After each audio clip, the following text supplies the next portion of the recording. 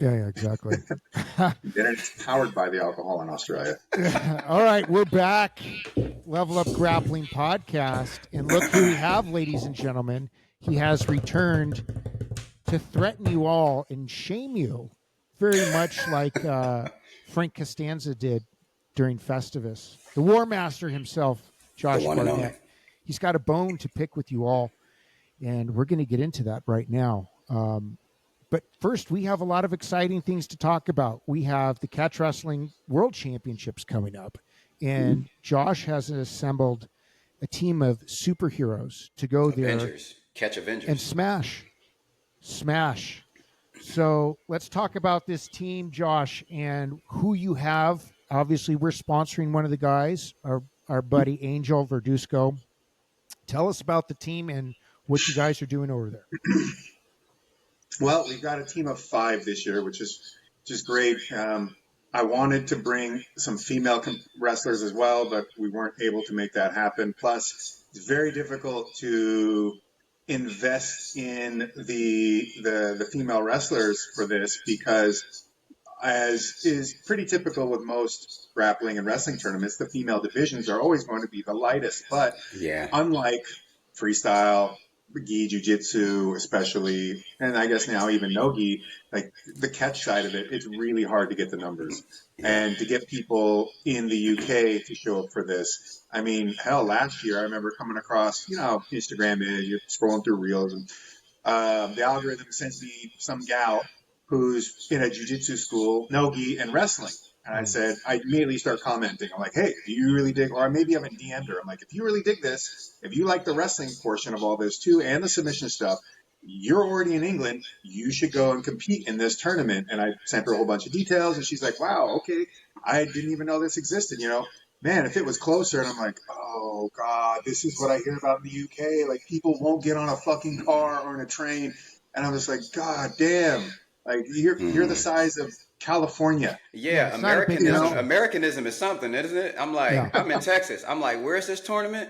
Oh, I'm going to California. I'm over there. Yeah, I mean, it's not hard to get to LA either. Every fucking airport will fly you to LA. Yeah. But absolutely ridiculous. We assembled this team of 5. We're bringing 4 returning former world champs and 1 new.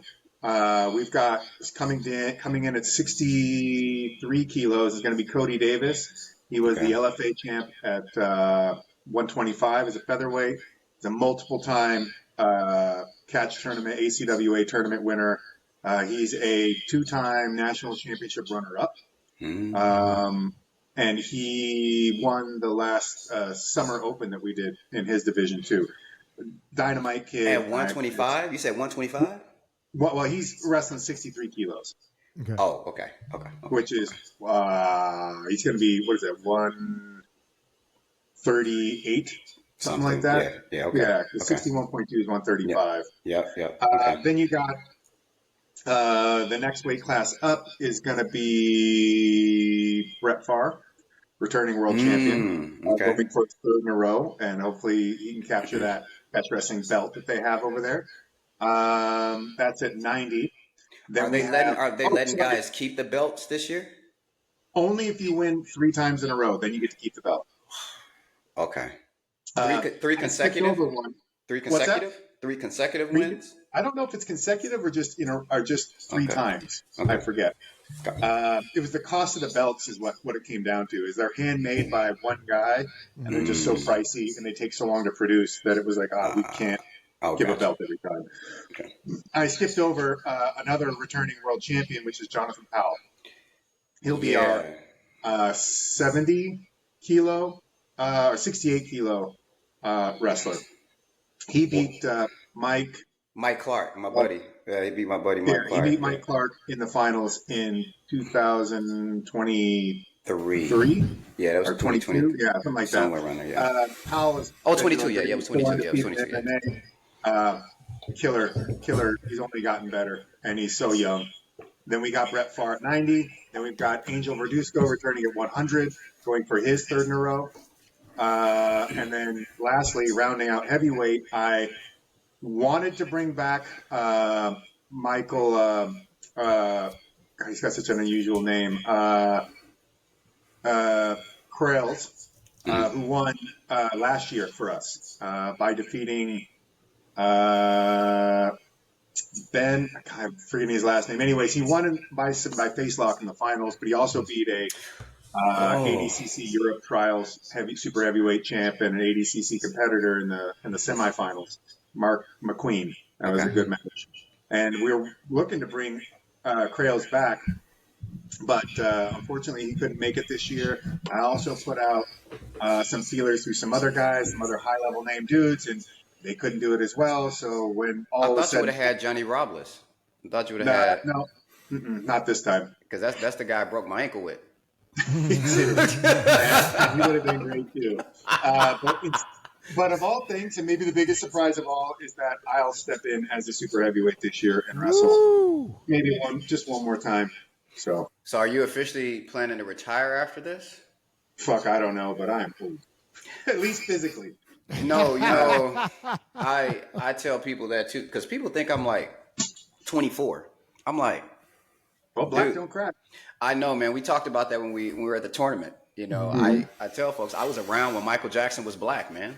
Yeah. We all. Yeah, you know, and Prince and Prince and Michael Jackson one year looked exactly the same. So that's when I was around. And Def Leppard, Pour Some Sugar on Me was on the radio. So I'm kind of like, for me, I'm like, I'm 43 years old.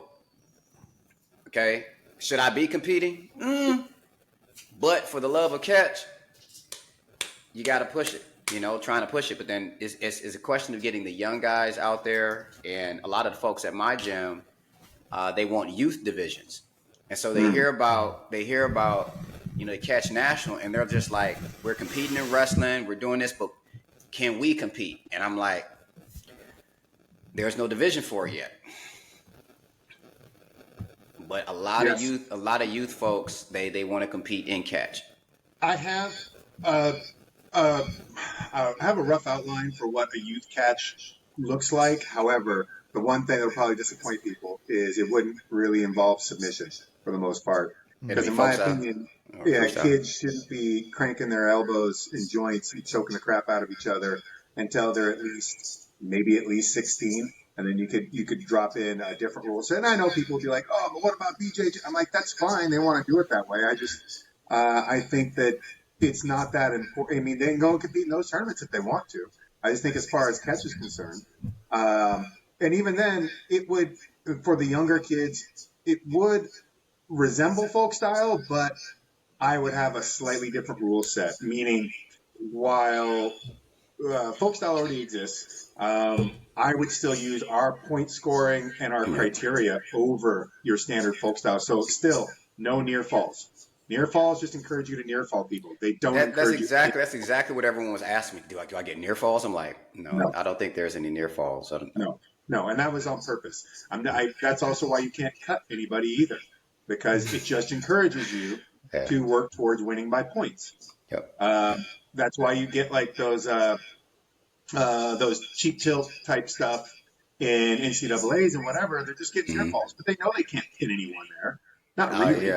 Not really. But they're not trying because it's too hard. It's too much effort to pin a guy when it's so much easier to just score near falls. And so that's for me. I'm like, no. If you're trying to game a system to win by points, then this isn't it. I don't want that to be the case. The points are needed if needed. Interestingly enough, at the collegiate level, folks aren't really training pinning combinations though. Not at all. No. They're training to become scoring machines, but they're not really training various pinning combinations. I did 3 months, one summer of nothing but pin combinations, right? And a lot of folks were really surprised at how you have let's just say a sport pin, and then you have pin immobilization, combat pinning. But they look very similar except for the objective once the pin happens, right? And so there's, for whatever reason, the pin in wrestling, especially at the collegiate level, is is not being emphasized and pushed. And once you take that out, a lot of the flows in wrestling, they kind of separate because the pin brings it all together. If you're not, you know, executing combinations and chain wrestling to get to a dominant position to pin, your wrestling is a little flat, if you know what I'm saying. But it's gearing itself towards a completely different outcome. And this is all games entirely.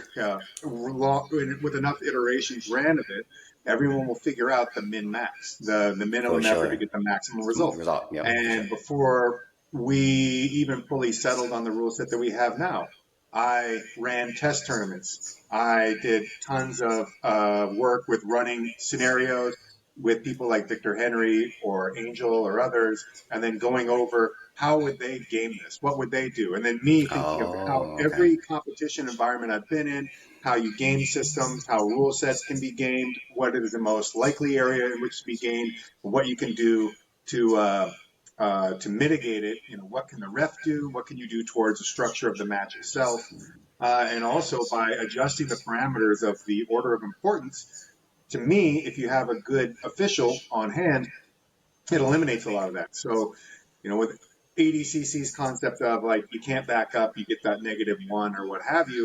It's like, yeah, if I'm not trying to move to finish this match in some way, if I'm not trying to advance in a fashion to either garner a pin or a submission, then I'm not actually trying to win by the intended result of the game, by the intention of the game. So with me, it's just really easy to keep our guys streamlined in that direction, and then everything flows off of that. If I was too caught up into how you can score and do everything has to, if it isn't facilitating, pushing you towards pinning or submitting your opponent, then why would I do it? Yeah. You know, so it's like people talk about, oh, do you have push-ups? No, I think there's something absolutely useful. There's plenty of arguments to be made about the benefits of push-outs, but again, especially at the highest level where changes will have to happen much quicker with any new rule that's taken in or any rule that's removed. As soon as push-outs became a thing, then every country started doing push-out systems and ways of scoring and controlling the match based on getting those push-out points. And then that, again, changes everything.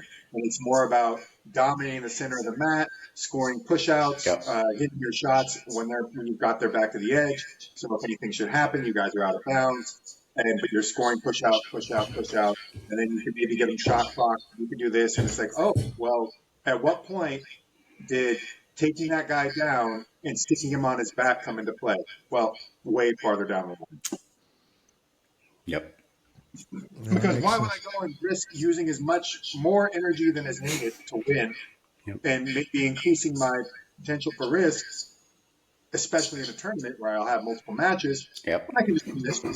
And that was a big problem I kept having with an old student and training partner of mine, Tony Nelson. He's the last guy prior to Hendrickson to beat Gable Stevenson. And he's Gable Stevenson.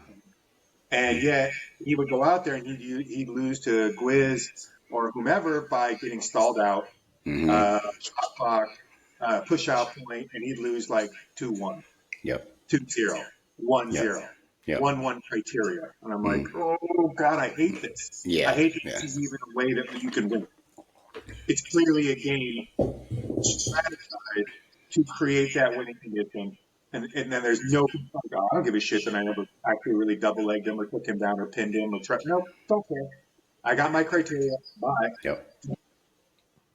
Even at the rules meeting, I recall you were ahead of all of my questions. So even in asking about specific submissions, you know, he was ahead. I think one of the things that really caught me, he says, no chest armbar. I was like, man, I really was looking for that one. So yeah, he was ahead of a lot of the questions coming in, because you know you come into a rules meeting and a lot of it is murky, right? Typical rules meeting, everything is murky, and sometimes you get the sense that folks are just making it up as they go along. And then you do. Well, that is what's happening. And then you have And then you have refs who are just kind of like they're hired hands. A lot of times they may not even be competitors. They may not be very well versed in the actual grappling art that they're calling and scoring for. But the folks that were there, they all seem to be on the same page, you know. So it was just very, it was very well thought out, a very well thought out rule set too. It's just people are so afraid of the pen. Yeah, it's look. It's I mean, really interesting. it's annoying. Either you get like you know when you're talking about like the rules, or you have IBJJF refs that'll literally change the rules mid match. If it's not like a Gracie Baja guy winning, then they just switch the rules mid match and say, "Oh, this doesn't count. This counts." Blah blah blah. But there is that fear, or there's also that arrogance, that elitism. Because if I sit here and, as Josh knows this, will pay people to enter the tournament. I will handle you. I will take care of you. All you have to do is show up and compete. And it's crickets. Every freaking tournament, it's crickets. I'll train you for free. I'll pay for your entry. If you're coming from out of town, you can stay at my house. I will feed you. Crickets. And so much chatter online. All these bullshitters, they chatter online. But the minute it's just like, no, guess what? You have to start standing and you can't pull guard. Oh, fuck. Oh, and by the way, there's a pin. So you better learn how to work off your back. That was another speaking point. People didn't understand, why can't I pull guard? He didn't take me down. I mean, do you pull guard in wrestling? Well, and it's just, to me, it's like, well, you can't abdicate any area of contact and competition. But that's what you're doing when you pull guard. You're like, nah, I'm going to min max, and I feel like it's best for me to just completely throw away an entire plane of attack because I'm not good there, and I want to put, okay. But honestly, why do you get to, if you get to do that, then why don't they get to be like, nah? You know, why is it a one-way street? Oh, you get to completely avoid having to compete with this guy on the feet because, you know, reasons that you may have come up with. Why can't they completely avoid? Well, but, you know, but we're supposed to. I go, well, then why don't you guys just already start on the floor and have zero stand-up wrestling? I bet you can find a lot of people that be like, oh, I want to do that. Yeah. You know, these are probably the same people that still start on their knees to do shit, which is pointless. Oh, stupidest thing ever. Yeah. Well, but so with that, the other side of it is, it just looks bad. You know, it's like, oh, you could just penalize the visual. Yeah. And I go, well, yeah. I mean, that's, I think, how it worked in Naga. I think if you pull guard or something, like, you give up two right away, or there have been plenty of organizations that have done that. And it's like, well, you just conceded the takedown, so you gave him points. But I'm like, no, I just don't want people butt scooting in my tournament. I want them trying to win at every minute of wherever that match takes place. And honestly, if you really aren't that good on the feet and you just feel like it's way better to be working on your back, then lure them into taking you down somehow. Like, give them the opportunity and then try to counter them. I mean, you can't get there or take a bad shot and see what happens. I don't really know how to tell you what you need to do best to solve that in your own mind. Yeah, bait them to do a double leg.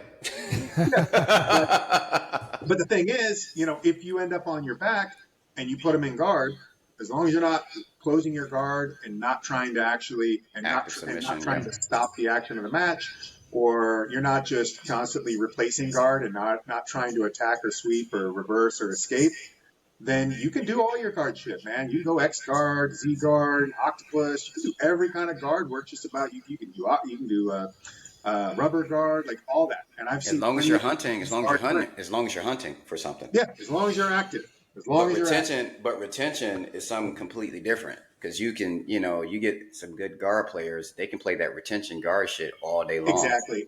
And look, if you're going to go out there and just play guard retention, I'm going to call you stalling, and then I'm going to call you passivity, because we all know, especially if you've ever dealt with high-level BJJ guys, there are people that strategize that, where they pull, and all they want you to do is to get frustrated trying to pass the guard and then leave something behind or set you up into something. And then they collect it.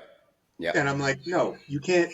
just replacing guard is not a winning strategy in my opinion. That is not a legitimate way to win a match. So if that's your game plan, then be prepared to get the refs all up your ass because you're not trying to win. You're trying to wait for the other person to make a mistake. We ain't got all fucking day for that. You want to put that competition together? We could do that. It's just a way different setup. Yeah. And it's boring. That's what I mean. We see that stuff. It is horrible. It's agonizing when you watch these guys playing patty cake on their ass for 5 minutes, 10 minutes, whatever it is, and they don't do anything. It's just like that fear of, well, let me just get an advantage and then I'll win. It's like, come on, geez, Louise. There used to be a group down here called Dream Jiu-Jitsu that would do tournaments, and they did one that was, I think there may have been weight classes. I'm trying to remember. It was female and male. It was no gi, sub only, no time limit. By the second round of matches, it was boring. I was going to say, how boring was it? Yeah, it was boring. Boring. I mean, there was one Brazilian gal who was a heavier gal in her division, and she just literally laid on her side and then just defended, and just laid on her side the whole time. And then when the girl started to get tired, then she like hit a reversal, whatever, got on top, and then looked and got a finish. But she just laid on her side and just defended for like 35 minutes. I'm like, come on. Like this person's not even trying to. That's ridiculous. I saw a weird one the other day, and you guys are going to laugh. I swear to God I saw this, and this was brown belts. I'm going to try and explain this to you guys, and you guys try and figure out what the hell this was. Maybe this is a new guard that I'm not familiar with. So the guy comes in. That's very possible. You know. Okay. Guy drops down, right? We do our little guard pull. The guy comes in to his half guard. And instead of passing half guard or submitting him from half guard, the guy lays next to him, like in a cuddle position. So it looks like two dolphins cuddling, laying in half guard together on their side. He basically gave it back to him, sort of? Yeah, he gave it back to him, but like, so he's laying on his side in half guard, and the other guy, instead of trying to pass or anything, lays next to him. So it almost looks like they're going to kiss. So it looks like two dolphins cuddling, and they're just holding each other like this, side by side, one on their right shoulder, one on their left shoulder, staying in half guard. What is that, 50-50 half? What is that, 50-50 half? I don't know. That's what I'm asking you guys, if this is a new thing. No, it looks like two inmates getting familiar. That's That's exactly what it was. I was like, what the fuck is this? This 50-50 is a good thing to bring up for that, because I think it's working in the same thing. And that is the whole 50-50 game was scoop the leg, don't try to sub him, just knock him over. And if you sit up, that's a sweep. If you haven't passed his leg, you haven't done anything, that's not 2 points. But okay. So then it becomes teeter-totter, get your 2 points, stay on top, stall, win. Teeter-totter, it's the same kind of bullshit as that. So there's something involved in that strategy of you're going to curl up, you're going to get half guard, you're going to do whatever, and then essentially at some point you're going to either have like some back take attempt or something, or you're waiting for them to try and pass, and you're looking to snag some sort of advantage or just a couple points, and then figure out a way to then nuzzle yourself back into something else. That's what was so weird, Josh. Was that no gi or gi? They were wearing a gi. They were wearing gi. So this is how I knew what the ranks were, because the guy, one had 4 stripes on his brown belt, the other one I just saw a brown belt. But like he's laying down, and then the other guy comes down and lays down next to him the other way, and it looks like they're cuddling each other. And I'm like, I've been doing this for a minute, and this is a new one to me. Like, I was just like, okay, is this a new guard or something? Oh, call it alley cat. Call it alley cat. You know, when cats fight and they're on the side. It looked the way that they were alley cat. Call it alley cat. It looked like two dolphins cuddling each other. Because it's not the dog fight position; it's the alley cat position. Yeah. Well, and so bizarre. Perhaps even in that position, the person on bottom, if they're to like bridge and roll them and be on top, they might not even get points for it. Right? It's like if someone is in side control and you bridge and roll them, and now you're in side control on top, you only get an advantage. You don't get any points. Well, that's not a sweep. And I looked at the guy, I'm like, what are you fucking talking about? Well, it has to be done with your legs. I go, why do you care? If I go from bottom to top, Now I'm in side control, but that doesn't count. Adam, Okay. yeah, That's so you're weird. plugged in. You're plugged. I think his internet is working because he heard that bullshit. Yeah. So, Josh, who are you training with? I know that you had mentioned to me before that it's hard to get training partners your size and skill level. So this thing coming up. What do you for like? the 150? You like 150, Josh? 150. 261 this morning. Yeah. So how are you setting up that training to, work out with guys for your I got division? Angel, Yeah. who's Poor, like poor 220. guy. Poor guy. I've got Dave Waters, who's like 235. He wrestled for Montana State. And then we've got a couple other guys that'll come around, and I can get rounds with them. And then there's some kids in the gym that aren't catch guys, but I can grapple with them. And then it's just do conditioning, strength work, and polish up the game. Okay. Why doesn't Roy Wood like chokes? Because if I understand, you can't do chokes in that tournament, right? You can't. You just can't do straight strangles against the It's, net. it's like arm in, right? You have to have an arm. Yeah, have to have an arm Why in. is that? It's the old gentleman rules of catch. Yeah. It's just the way that they had done it for so long. And that is kind of a standard gentleman's catch rules. But like they weren't, I don't know that they were allowing any chokes in their earlier tournaments. And now it's like, yeah, with an arm. So like Powell, he beat Mike Clark with a 3/4 Nelson darts or Anaconda or something like that.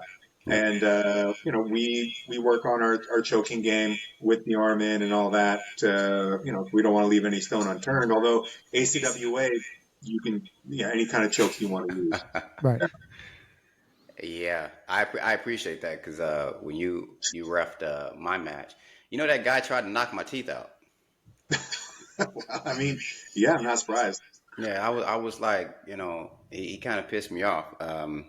And so you can't see it, but if you ever go back and watch it, I waited until you moved.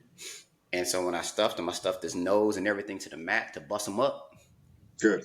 And then I finished him because, when we were in the back, he was talking shit. So when the brackets came out, he looked at me, and I know Denzel Washington shows up. You're like, who is this guy, right? And King Kong ain't got shit on you. Yeah, there it is, man. King Kong. So he's literally like, oh, so you're in my bracket? I said, well, I don't know. Who are you? And he's like, that's me. So we may end up facing each other. He says, I hope you're going to feel confident going out there. You feel good about this tournament? I said, I mean, I feel all right. He's like, okay, well, I'll see you out there then. I'm like, who the fuck is this guy? I'm like, who the fuck is this guy? So we get out there. I mean, you blew the whistle, and the guy just like took off at me. And I just moved in time because literally his head like caught my lip. Like he almost knocked my teeth out. And so once we came back to the middle, I choked the shit out of that guy. And I held it for a little bit. So yeah, there are chokes allowed in Josh's tournament. And good thing too, because I choked the shit out of that guy. Yeah. So I mean, and we have a 3-second pin, which is longer than folk style. It's by a whole second, and it's longer than freestyle. Whereas snake pit is more of a touch fall scenario. But it's just differences in rules. The way that they run things is very old school. Is the way they approach it, and that it's fantastic. And but I work with them on refereeing, rules enforcement, all kinds of stuff. I always have my 2 cents to add in there because I just want to help them have the best run tournament that they can have. And I love the Snake Pit tournament, and I want to see it grow. I want there to be, at some point, 2 different world championships that are available to us, an ACWA one, and or we call it ICWA, and then a Snake Pit one, and continue to build on each other and facilitate having teams go back and forth. I'll be teaching a seminar at the Snake Pit on the 12th of October, I believe. And, even though we go over there and we compete against Snake Pit guys, even last year, work that I put in with Snake Pit wrestlers, you watched Connor Bishop go out there and hit stuff I was showing him in the seminar the week before. Oh, that's Doing awesome. his single leg finishes from stuff I showed him that he needed in that tournament, or even in the finals, Craig Hartley against Angel Verduzco. Craig's tie-up game drastically improved, not making the same stupid mistakes he was making before, being more deliberate about head tie-ups and how to try to get stance and motion out of his opponent. And it's just stuff that they didn't have, that they were working on. And we brought that over to them. And watching them get better, and even as it's competing against us on the mat, is still a win. You know, seeing everybody level up so that we can make So you're giving away some of the grappling technology, man. Of Got course, to. because I'm not here to keep it to myself. You're going to see it one or two ways. Yeah. Either A, I'm teaching it to you, or B, one of my guys has done it to you and you ain't happy about it. Yeah. The U.S.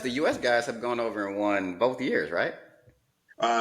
Every U.S. guy I have brought over since 2022, I guess the first one we went over with. Yeah. We've only had 2 silver medals and everyone's won a gold.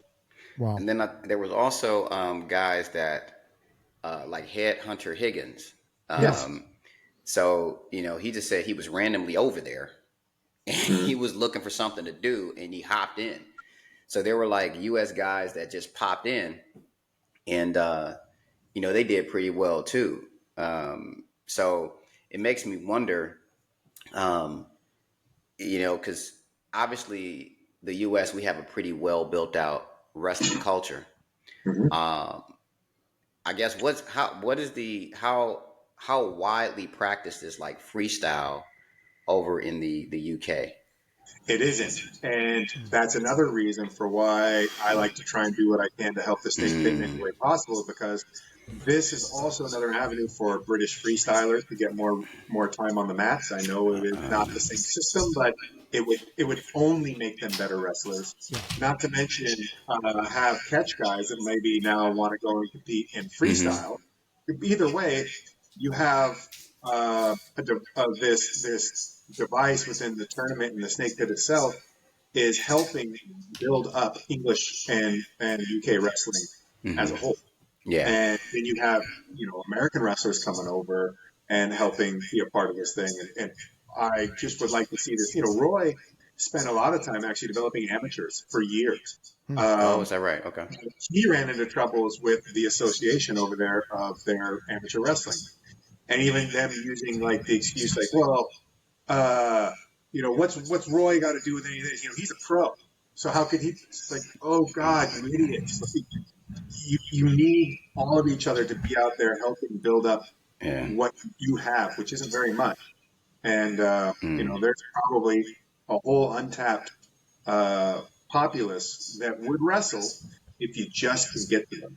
And through Roy, through Andrea in the Snake Pit, through these tournaments, through us and me doing seminars or whatever. And, Finn did a tournament up in Scotland, a Scottish Open. And, I'm sure he didn't get anywhere near the amount of people that they wanted, but it's a start. And that's what's important. Yeah. Very important. I would love to do one in South County. So we need for those that don't want to, I don't know why they wouldn't want to travel up to Brea. It's not very far, but even if we can hold a little mini tournament down here in Mission Viejo, I would totally be down, Well, there's a lot of stuff that still has to be done for organizational elements to try and help facilitate that sort of thing. Also, Luis Ojeda and I have spoken plenty in the past about him running them down there in San Diego if possible. And I have a guy out in West Virginia. He wants to run one. He's got access to facilities, and we need one in Texas. We need one in Texas, in San Antonio. Yeah, that would be great too. And so I have to build out the organizational aspect of it so that we have all of that in place. Still working on. I have a rule book of sorts, but I need one to be an equivalent of like an NCAA wrestling rule book or United World Wrestling rule book. I want it to be that official in how it is presented, and so we can cover as much ground with the content of these rule books as needed. So most every question you'll have, it's already there. Like, just do this. These are the mat sizes you can use. This is the type of attire you can use. Here is your 2 different ways of setting up your tournaments in terms of weight classes. Like, people might find it strange that we only enforce weight classes strictly when it comes to the U.S. Open, but not any of our other regular Open tournaments. And why is that?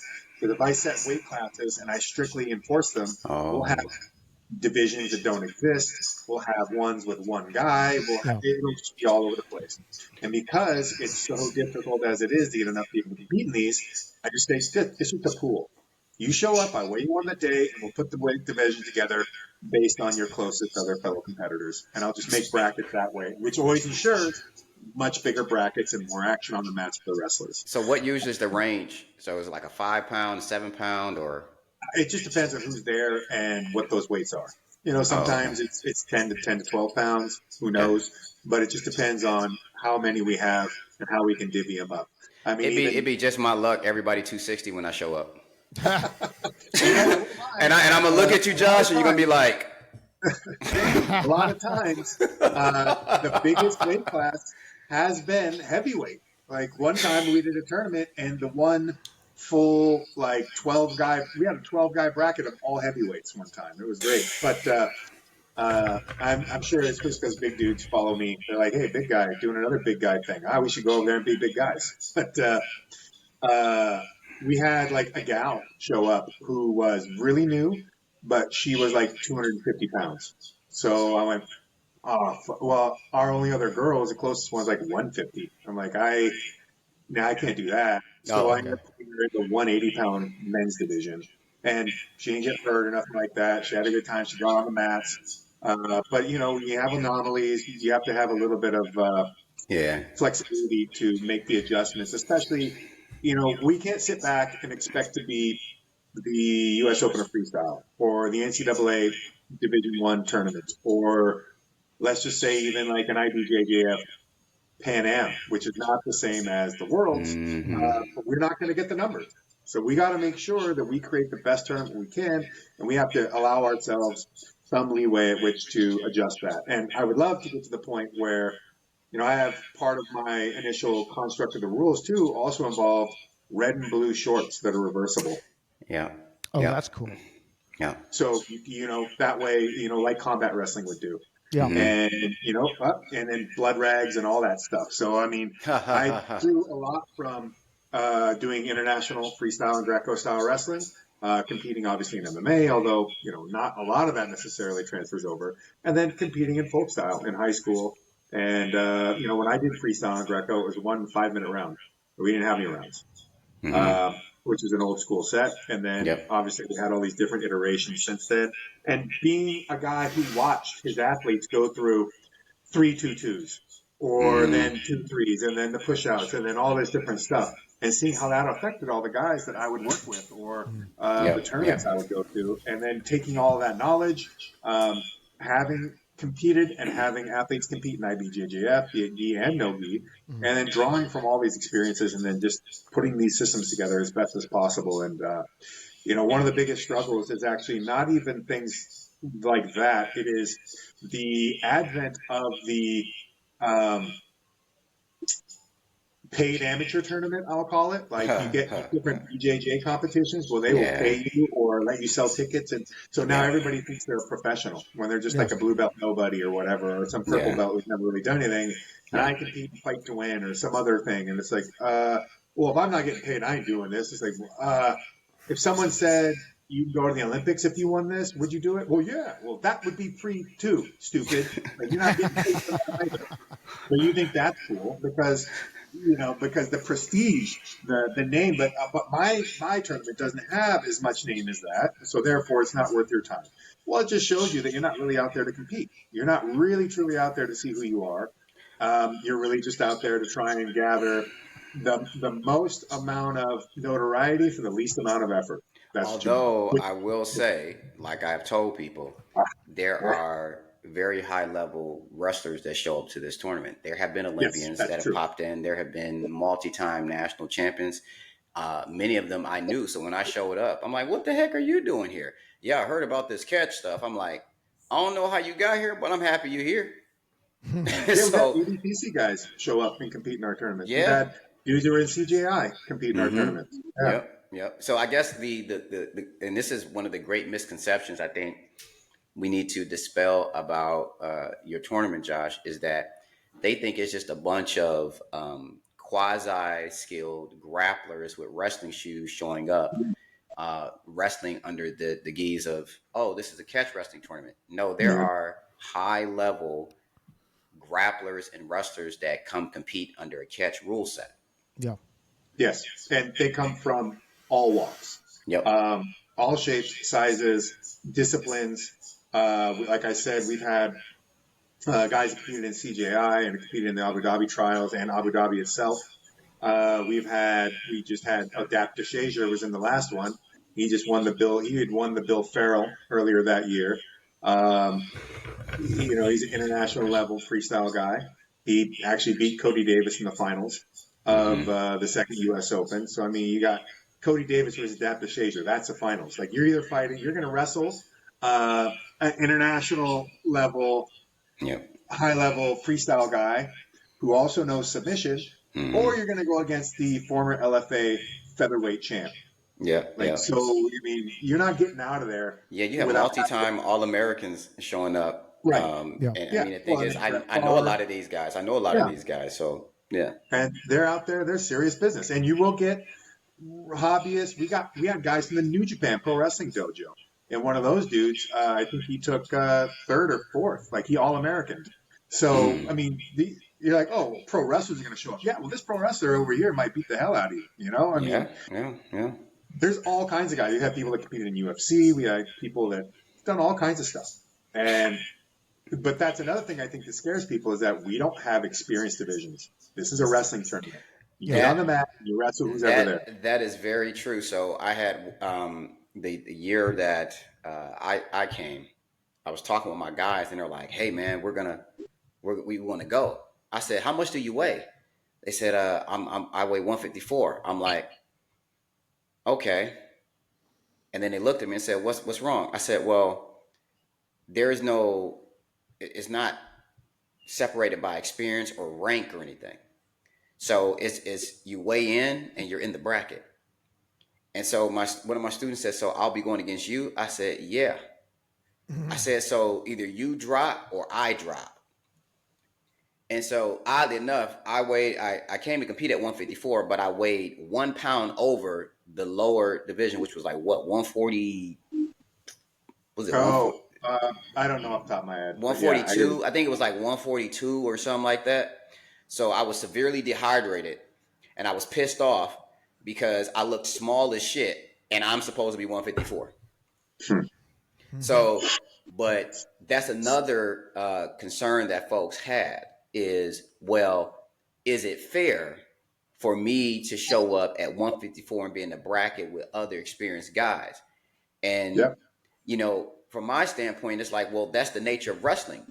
People aren't walking around with belts or anything. When you go to a tournament and you go to compete, you might be in there with a dude that is a multi-time All-American, and you this might be your first outing. You just got to go man it out. Yeah. So I guess, what would you say to those folks who have this concern about just the honoring the tradition of being in the bracket and putting your shoes on and just wrestling? Well, I mean, to me, I would try to explain to them that the concept of the experience division thing is born of, I think, mostly two reasons. One, it makes the tournament way more money. It makes it way, way more money to do it that way when you can get all these people to show up and try to be a Masters 4.2 champion, white belt with 1.5 stripes, only on Thursday, division. You know what I mean? You can just draw in so many more people. Oh, look, I can be a world champ by beating this guy who just got out of the wheelchair, or whatever, right? And then you add on top of that the other reasons by continually creating things that highlight the hierarchy of the system itself.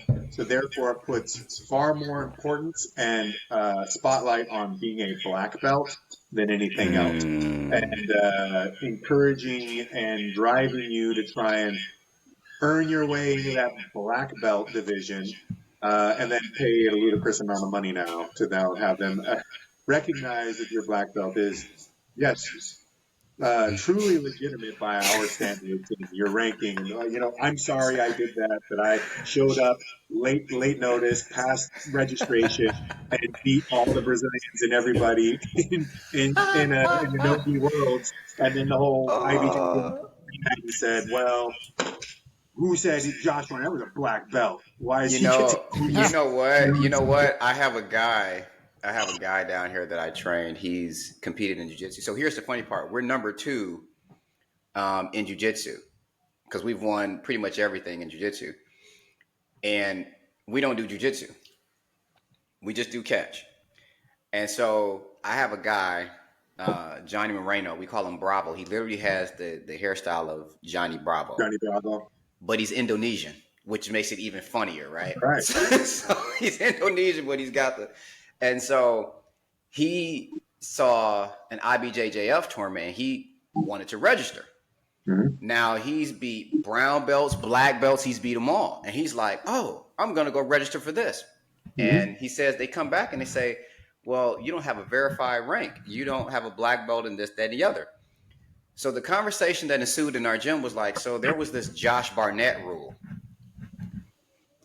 And so I just want to formally thank you for not enabling my guy to compete, Josh. Thank you. You're welcome. You're welcome. So he's a little pissed. He's like, that's a dumb rule. If I show up and I register and I pay my money, I should be able to compete. I said, well, I think that's kind of what Josh was thinking. I'm just going to show up. And here we are today. All right, they really want to strengthen the whole concept around the black belt being this exceptional thing. Yeah. That if you even want to get on the mats with them, you gotta get through that doorway first. And I'm like, man, would you have told Gordon Ryan when he was a purple belt he can't go out there and tap his black belt out? I mean, come on, this is stupid. And I understand. To a degree, you should be like, oh yeah, here's a white belt. You guys are all novices. By the way, all colored belts go kill each other. I could kind of see that, but for me, with wrestling, just that no bullshit, no excuses attitude of just get on the mat. And that's a shirt. No bullshit, no excuses.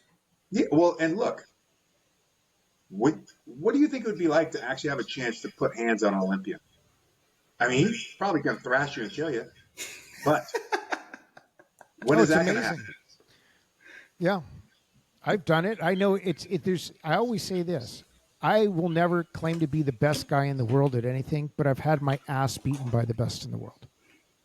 And it's one of those things where I've been able to travel and train with people like Ishii, where it's just like, yes, I've had the world champions, I've had the Olympians, I've had the best guys in the world kick my ass. And it's an amazing experience because you are able to learn something and you go, oh, okay, I understand their finesse. I understand where they're coming from, their particular expression, how they do something. I think a lot of people would have a fear of that because, they want to be like you were saying, like they want to be the blue belt masters world champion. Be like, I'm a world champion. No, you're not. Well, you're like a world champion of what? You're like a 12-year-old Taekwondo black belt. You're going to get the shit kicked out of you by a fat, out of shape, cigarette smoking old man. You're off not off the couch. Yeah, you're not Ernie Reyes Jr. in a movie in the 80s. I remember that guy. You're going to get killed. I used to, it's funny because I got to know Ernie, and he's awesome. Like that guy is a martial artist to the bone.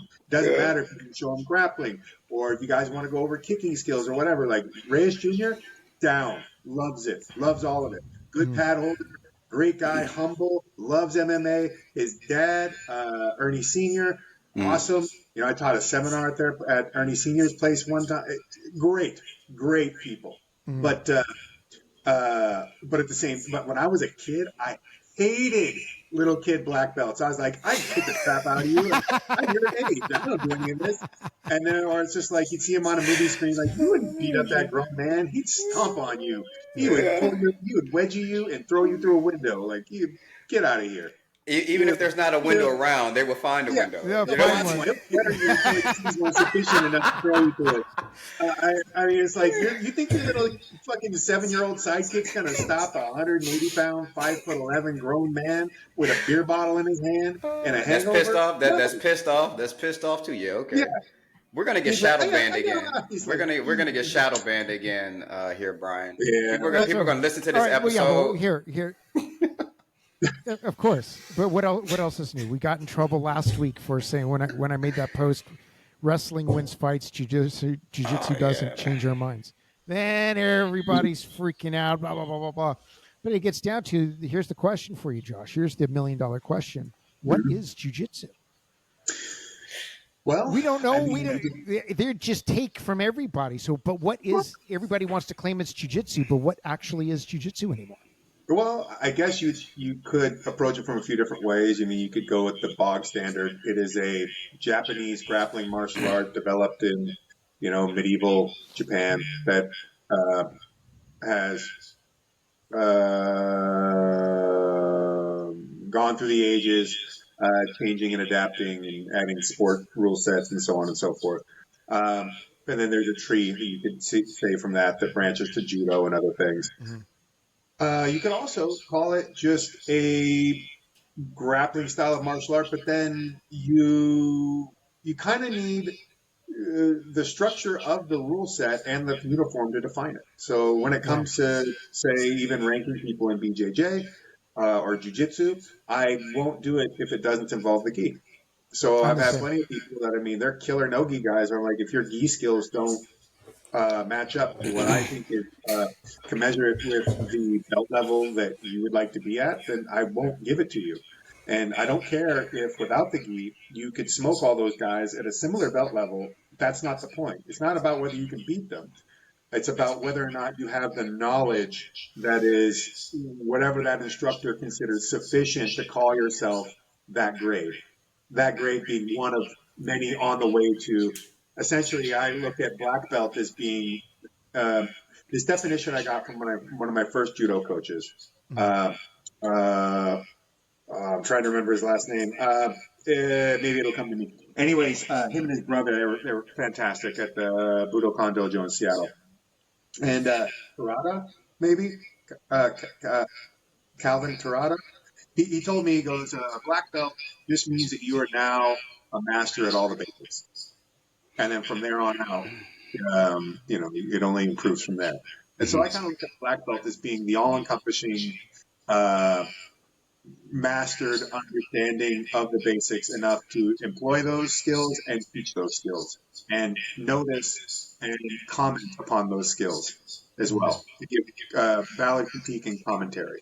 When people get super mad about a statement like wrestling wins fight and BJJ doesn't, or however you want to put it, and then they go nuclear about it, that shows that they have a very, very, very shallow capability of abstract thought.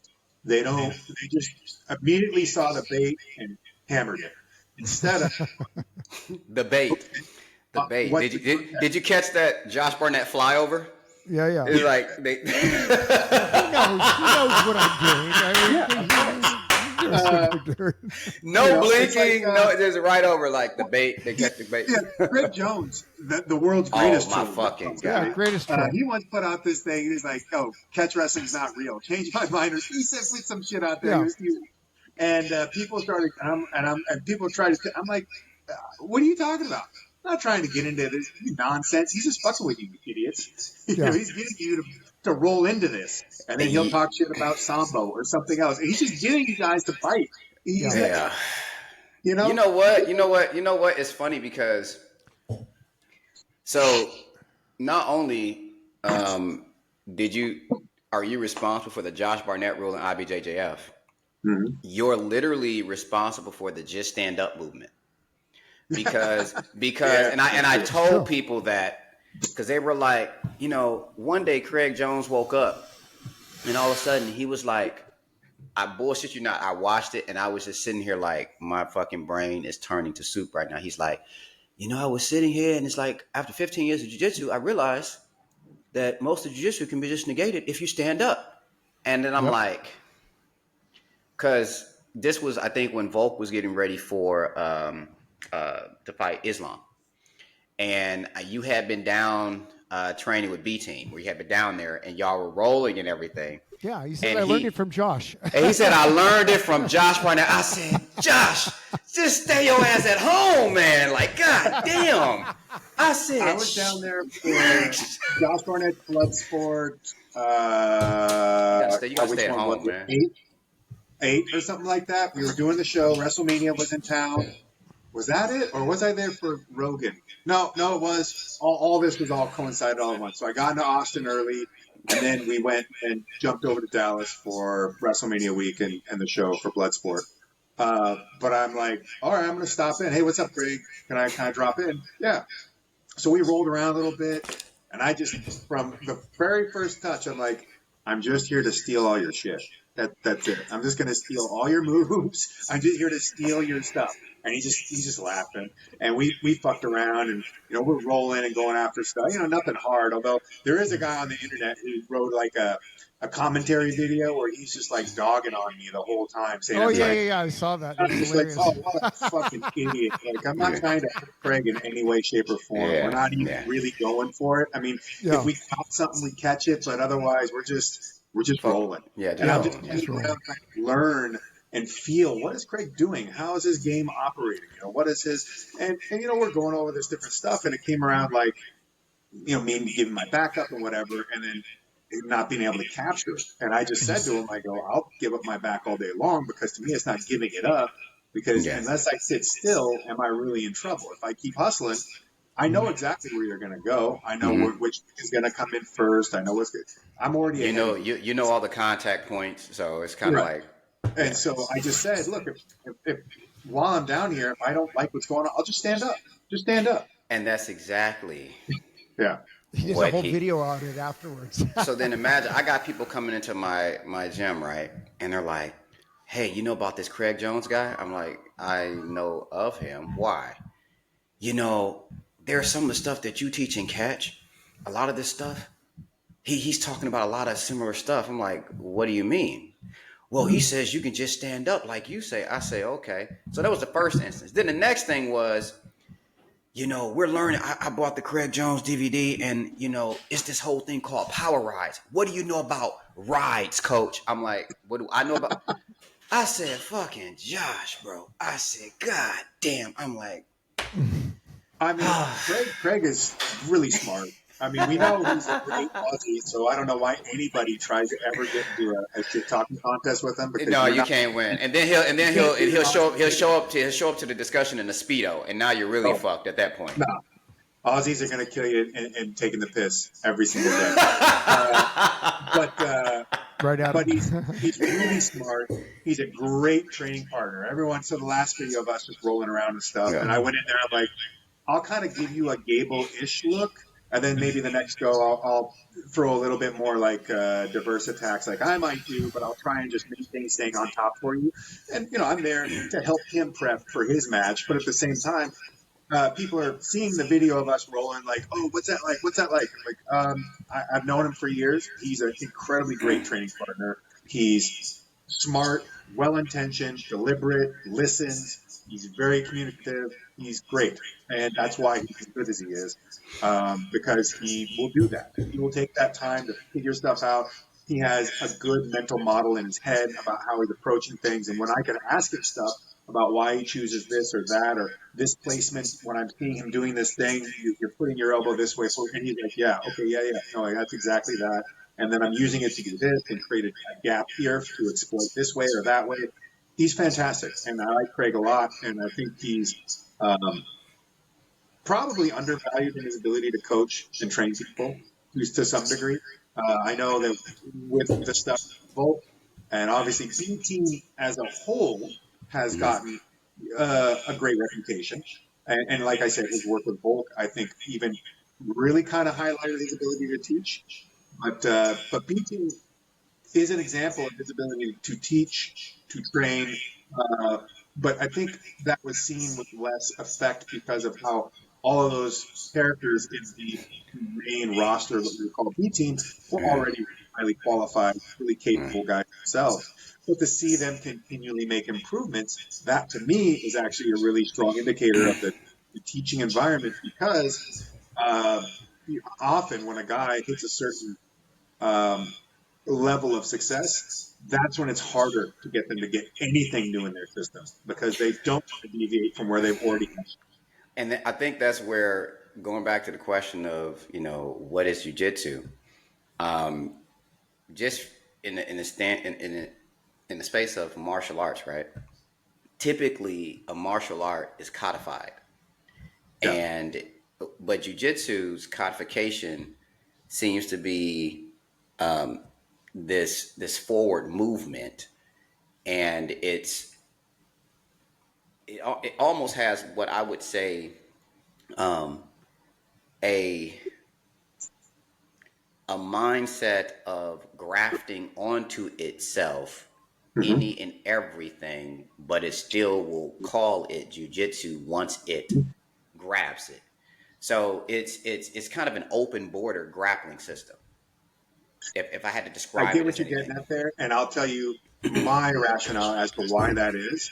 And that's because if we think of martial arts or things based on the old concept of how we would think about martial arts as a systemic creation, right? It is something that has a defined and not a broadly defined, but a very distinctly defined um, set of parameters and philosophies on what it does and how it does things. Like Taekwondo is very kicking based, or so the differences in different karate styles, or Yeah. the difference in judo versus. But even with some of what I'm getting at here, you'll start to see threads, and that is the difference is competitive fighting arts versus non-competitive.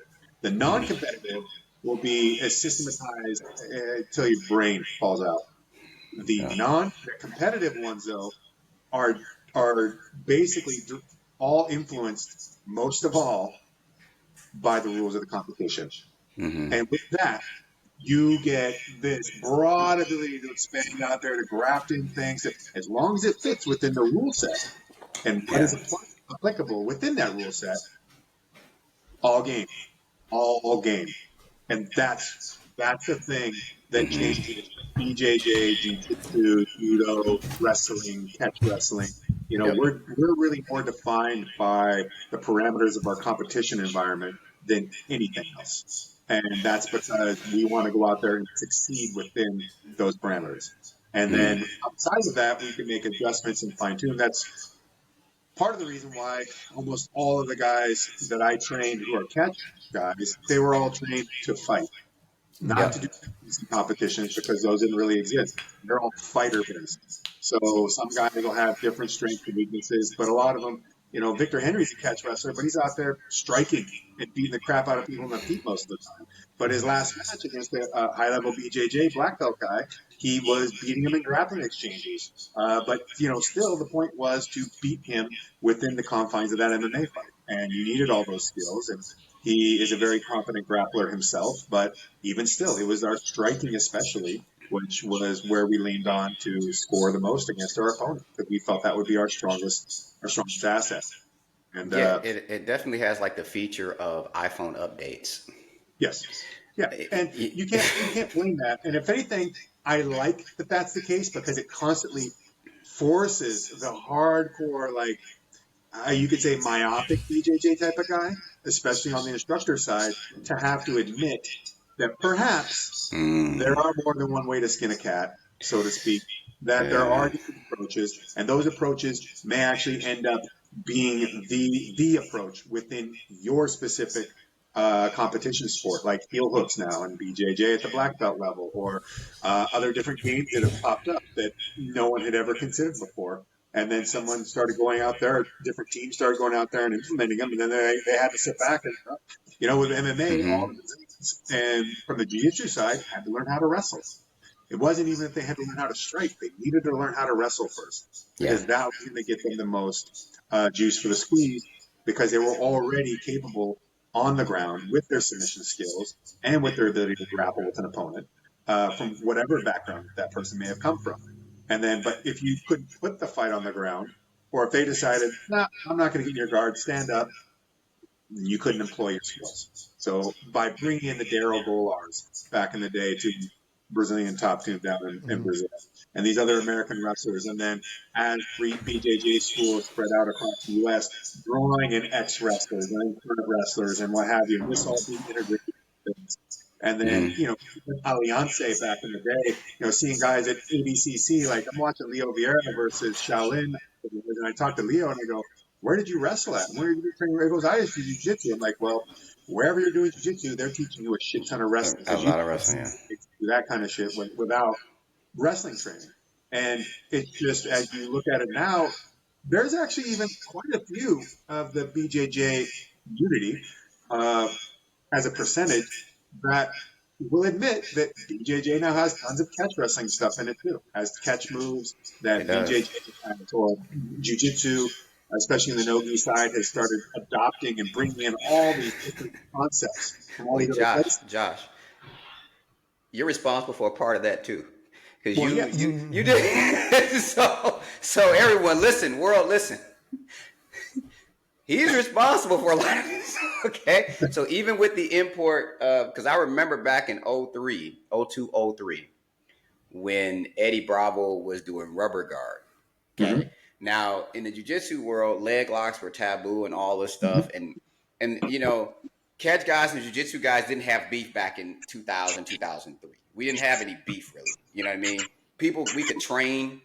And there was no money. Jiu-jitsu guys had beef with everyone that wasn't. Well, I mean, yeah, of course.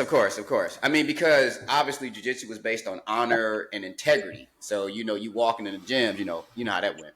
But it was like a big thing that 10th Planet was now calling this no-gi jiu-jitsu. Mm-hmm.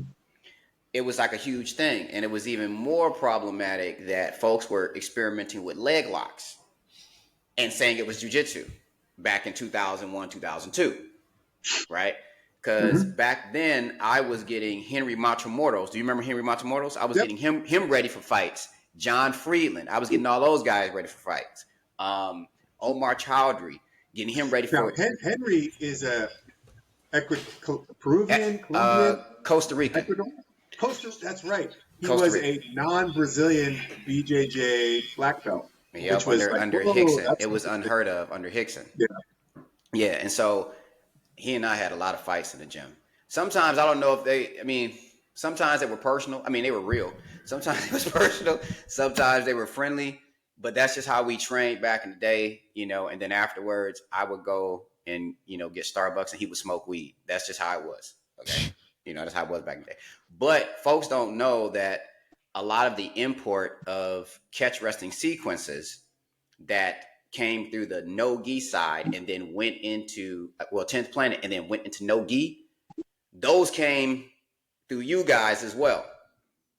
Because when Arthur just did a video with Eddie at CJI, I think it was, or at a seminar. And to which I encourage anyone, if you're a grappler and an Eddie Bravo or a Hickson Gracie or anybody of these styles, they show up. I don't care if you're a catch guy or whatever, like, trust me, these guys have seen so much. They have, even if at the end of the day, you're diametrically opposed to their philosophy towards grappling, but you need to understand what it is if you're ever going to compete against it. Yeah, you got to train for your objective. You got to train for your objective. You got to know what these guys are going to lay in your lap that you had never thought of, or that they have described it in a way that you had never had it described to you before. Now it takes out right to you. So, you know, I'm highly big on learning from anyone you can, and you really should.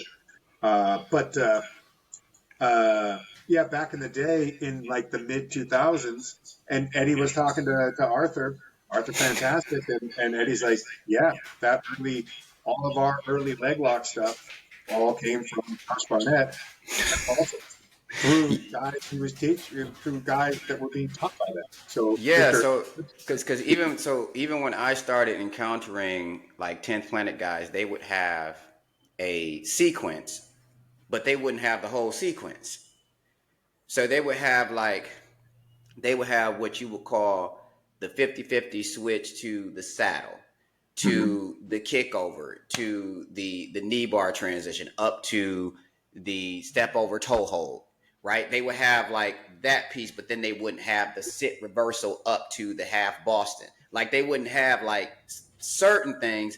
And when the 10th Planet guys came on and started training with me, they said, well, a lot of this looks like what we do already.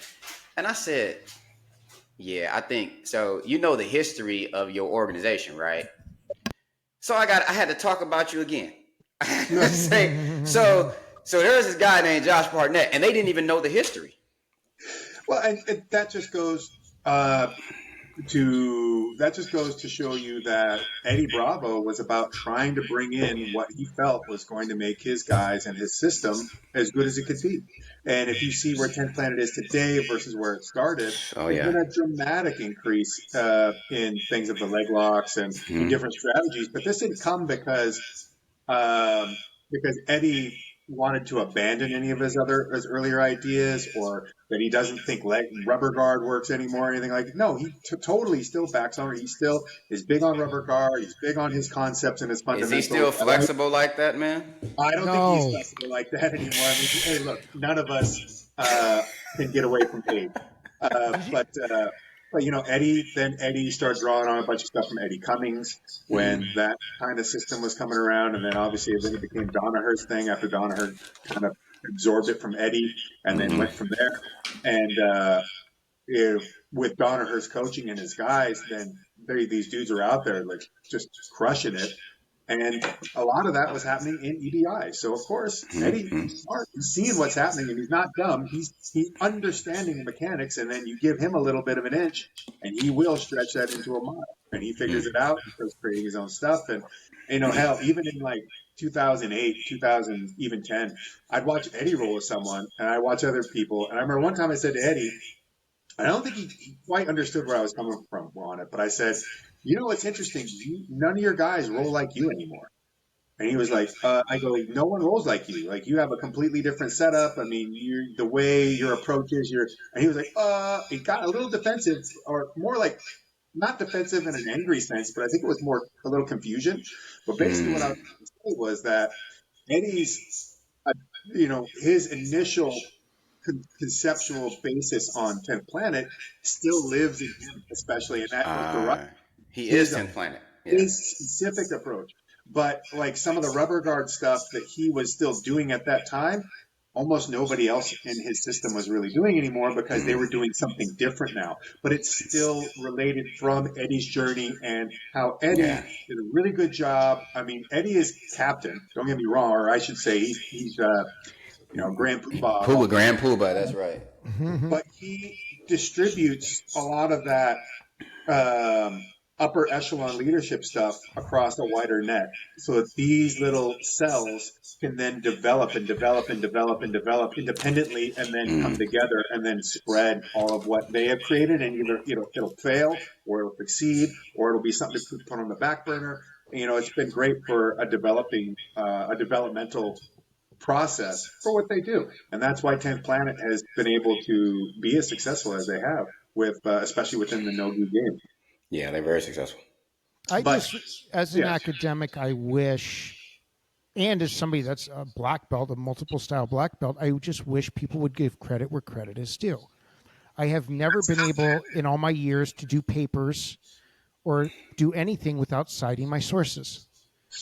Okay? And And the I've plagiarism is still rife within academia and journals and published papers. I mean, or how the journal system really abused the concept of peer review to a degree where you just got to cabal people that all peer review each other's stuff just to say that our stuff and our approach is the right way, and then negate anybody, any differing or dissenting voices outside of those movements. I mean, by not having to use your example, put your bibliography in there and your sources. One, it allows you to get gurus with catch wrestling. That is rife in this thing of people faking all of their engines and building themselves up as this sort of, catch wrestling wizard of sorts. And running off that because they can be thinking of their own little tiny little kingdom and act like somebody. Some of them aren't that best to find out from strangers and on you add in the fact that you don't have to cite sources. You can run around somebody else's stuff, somebody else's, and then repackage it as your own. And then, go sell it and make a buck off it. Yeah. Which is something, I always tell people where if I got something from somewhere, I tell them where I got it from. Yeah. Absolutely. Or, this guy is really great at it, so you should talk to him about it. I've never been about trying to go totally deviate somebody's concepts and then try to act like I just made that up. Like that to me is just and also now you start creating a conflict with somebody that you may or may not even because you basically all their shit. It's very true. It's very true. And that's the big issue. That's the issue that I have. Because to me, there's nothing that anybody invented. It's just rediscovered. But you have to, at the end of the day, you have to cite your sources. It's a big issue. It's an issue for me. One of my guys asked me, how important is lineage in catch wrestling? And I thought about it for a second, and I said, so I'll try it this way. Let me explain it to you. So when you are teaching someone any combat system, right, you're passing on two things. 75% of what you pass on is going to be system and technique, right? The other 25 is going to be your battle experience, right? So I'm saying this is the system, and I also can relay to you my personal experience using it, okay? Because now I'm adding color to it, and when you have the battle knowledge, you inherit battle actually I think is African American is what we say now. Oh yeah, African. They say foundational Black American. Yeah. I thought you said color. Color. No, not that kind of color. Not that kind of color. But hey, listen, Josh, I will tell you. You know how hard it was for people to believe that there was a black catch wrestler? Well, that's because they don't pay attention. A lot of people used to catch wrestle back in the day. Jack Johnson did catch wrestling in Europe. In between, we're doing boxing bouts over in Paris, England, all over. And I'm from the Archie Moore lineage. Yeah, you see what I mean? Yeah. So when I showed up, I had to deal with the first 2 years. I had to deal with people calling me a fraud. I had to deal with people constantly trying to kick my ass. I was like, what the hell did I step into? Well, the best I think, and I know Adam gets this all the time being in Australia, is, there's this, how would I say, there's this hysteria that if somebody, there's 3 million people that now all claim they trained under Billy Robinson. Oh, don't get You have started. all these jackasses that say, well, if you didn't train under Billy Robinson, you're not a catch wrestler. I'm like, what the fuck? And so poor Adam here, who's been towing the line in Australia for decades and comes from a completely non-Billy Robinson lineage of legit catch wrestlers. They're like, well, if you're not a Billy Robinson, you can't be a real catch wrestler. I mean, look, So they I'll say let that, Adam but then finish that up. Listen, Adam, before you speak, your world titles don't count. I'm not worried Your about history them, of fighting, it don't count. None of that counts. So No, you it get to doesn't. start first with your name, and then now you can go. Yeah, okay, Cool. cool. Thanks for that, bro. Look, for me, the whole thing about the lineage and stuff, yes, it's important, right? It is, because it's where you come from. Yeah. But the whole thing of, look, I took a photo with Billy once. That makes me a catch wrestler. I got a certification off one of his students and took a photo with them once. Makes me a catch wrestler. Come on, man. It's like, I would rather meet with someone who had nothing to do with Billy or anyone else wrestle with them and go, wow, that's really cool wrestling, get my ass kicked, then I would rather pay someone for a certificate for a weekend course that says I'm a catch wrestling coach. That's just me. Yeah, I'm kind of like that. And all That's the people legit, who yeah. say to me when I'm doing seminars, oh, what's your correlation to Billy? I don't have one. I've literally never met the guy, never trained with him, never trained with anyone who trained with him or learned from But him. everybody apparently has met him. But as I said, but my lineage, my original coach, Mario, wrestled Billy multiple times to multiple draws out here in 69 when Billy toured Australia.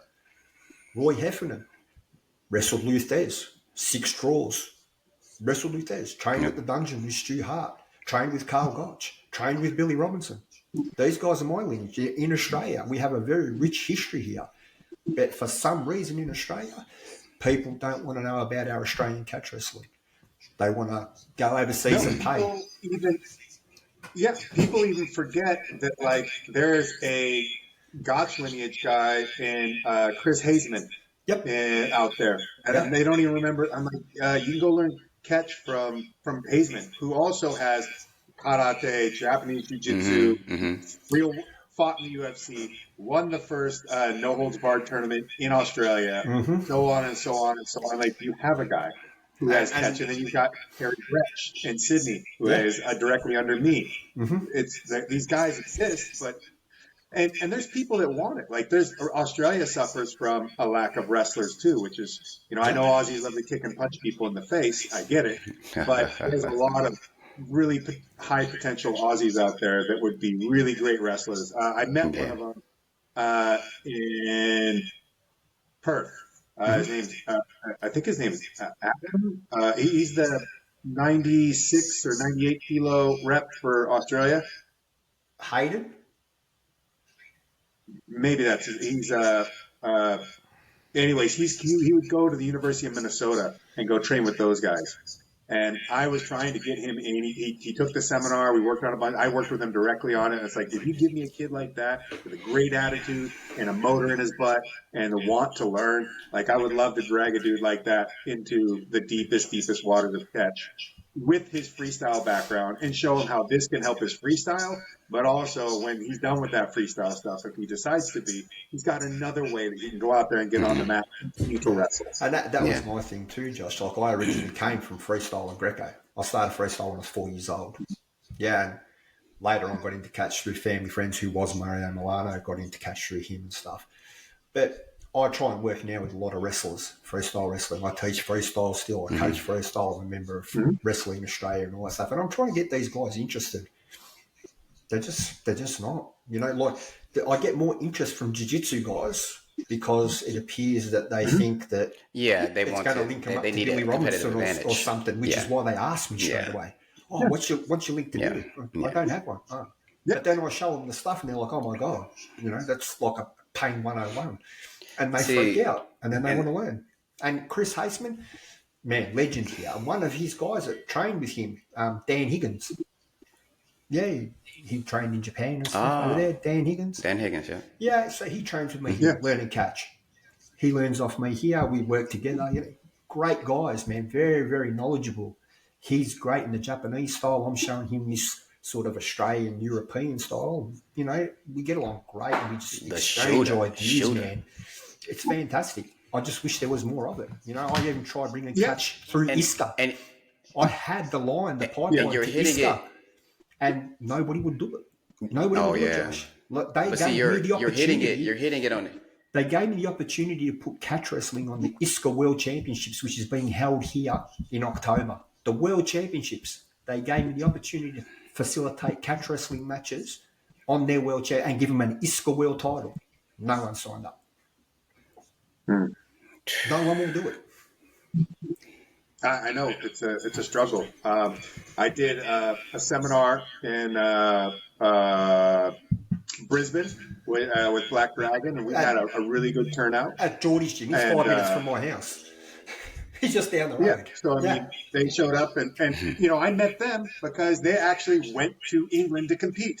I'm like, oh shit, that's great. And then as I'm there, I go, hey, is anybody from the SAW group going to come over? And they're like, well, we let them know we'd love to see him here. I don't think anyone from SAW came over, saw in Australia, and I'm like, oh, that's too bad. I was really hoping like one of those guys or, that crew, whoever comprises that Saw, Submission Arts Wrestling group would come over. Just, Yeah. it's not Well, the most expensive thing in the world to take my No. seminar. And Toshi is out here, and Toshi does seminars at Geordie's. Yeah. Yeah, so Toshi was out here, and I'm they've got their own thing going and stuff like that too, and I get it. Sometimes it's hard, and I would have loved to have been there. Like I said, I think we messaged about it. You're like 5 minutes from my house, but I had ISCA Nationals and I had catch wrestling on it. So I couldn't do both. It's just how it is, the way it worked out. But I mean, look, next time you're here, I'm sure there'll be another time we'll catch up and waffle some shit. But look, it's just really it's an uphill push here in Australia, man. Like I'm finding it's a real uphill push here. It's just how it is. Yeah, People like the idea of it, they don't like doing it. Yeah, and then the other thing we have is like a lot of the fake guys, like the guy going around saying that if you're not part of his federation, you can't even hold a catch wrestling tournament. And he's got his little passport card, and that you can't be a catch wrestler unless you buy his catch wrestling passport. It's like dumb shit like that. Or you had, Josh, I don't know if I told you about this one recently. This was a couple months ago. There were some guys online at one of those stupid pages that Val made me. Don't do it. Because, wait. Josh is immediately going to know. I don't care. Josh is a damn elephant. You're going to do this. He's going to look up and he's going to be like. Yeah, so there was a couple clowns that were talking about how Gotch was not a real wrestler, couldn't have been a legit wrestler because there was no videos of him doing any IBJJF tournaments or any submission grappling tournaments, so he couldn't have been a real wrestler. It didn't exist. No shit. What videos? You can go look up the Olympics for like 32 or whatever. Like Carl Gotch was in it for Sweden, or it was Belgium. He was Belgium in 48. And that's the funny thing. When I brought up 1948 Belgium, this guy's like, well, Belgium doesn't really count. You can get a high school wrestler that would beat any Belgian Olympian, so it doesn't really count as. It was the Olympics. That didn't mean everyone only from Belgium was in the Olympics. I mean. Well, these are the morons that we're dealing with, even in the catch wrestling fanatics group. Look, that's why I don't even know how these guys get admitted into the group. I have no idea. They get in there, and they're just nothing but stupid shit. Because everybody lets them in, lets them talk shit, and no one calls them on it. That's why. It's the same thing with all the fake. I tried calling them out, with all and they the were fake still coaches and the fake certifications and all the other rubbish that goes on because no one calls them on it because everybody's too politically correct. And I've said it before on this podcast. If I went on the internet and said I'm a BJJ black belt and I got it online, I would get crucified by everybody who does that. But I can go on the thing and say I'm a catch wrestling coach. I did a course with whichever one of the multiple courses that I pay enough money to, they give me a certificate, and that's cool, man. Until that shit stops, it's always going to be like this. Yeah, and that's why when I was having the conversation about with my guy, if lineage was important, it's important when you make a representation. Lineage is not important when you're standing on your business as a man, because like I told him, I can train you all day, but I can't fight for you. Well, and look, the lineage is important, but in that scenario that you just described, Val, they can't come out there and fucking do your work for you. It's just you now. That's my point. That's it. So when I coach people, you got to get in the ring. You're on your own. I got your back, but I'm watching from over here. And absolutely. And, so when you, and if somebody wanted to offer, well, I'm going to do this thing, and you don't have a passport like USA Boxing and all this, it's like, okay, well, what do I get for it? You have a whole structured system put up. Do I get insurance on the year because I paid in to get my card? No, I don't have any of that. Who the fuck are you? Why would I even give you $5 or a piece of my mind? Like, what would be the point of that? Or, the forum, or I should say the pages on Facebook and stuff, I mean, their effectiveness has obviously been greatly diluted over the years. I mean, how many times do we come onto this thing and someone's trying to sell you some junk or putting up a video about some dude in, I don't know, in India doing Taekwondo, and you're like, what the fuck is this? What the fuck is this? How did this Yeah, even yeah, make it yeah. on to?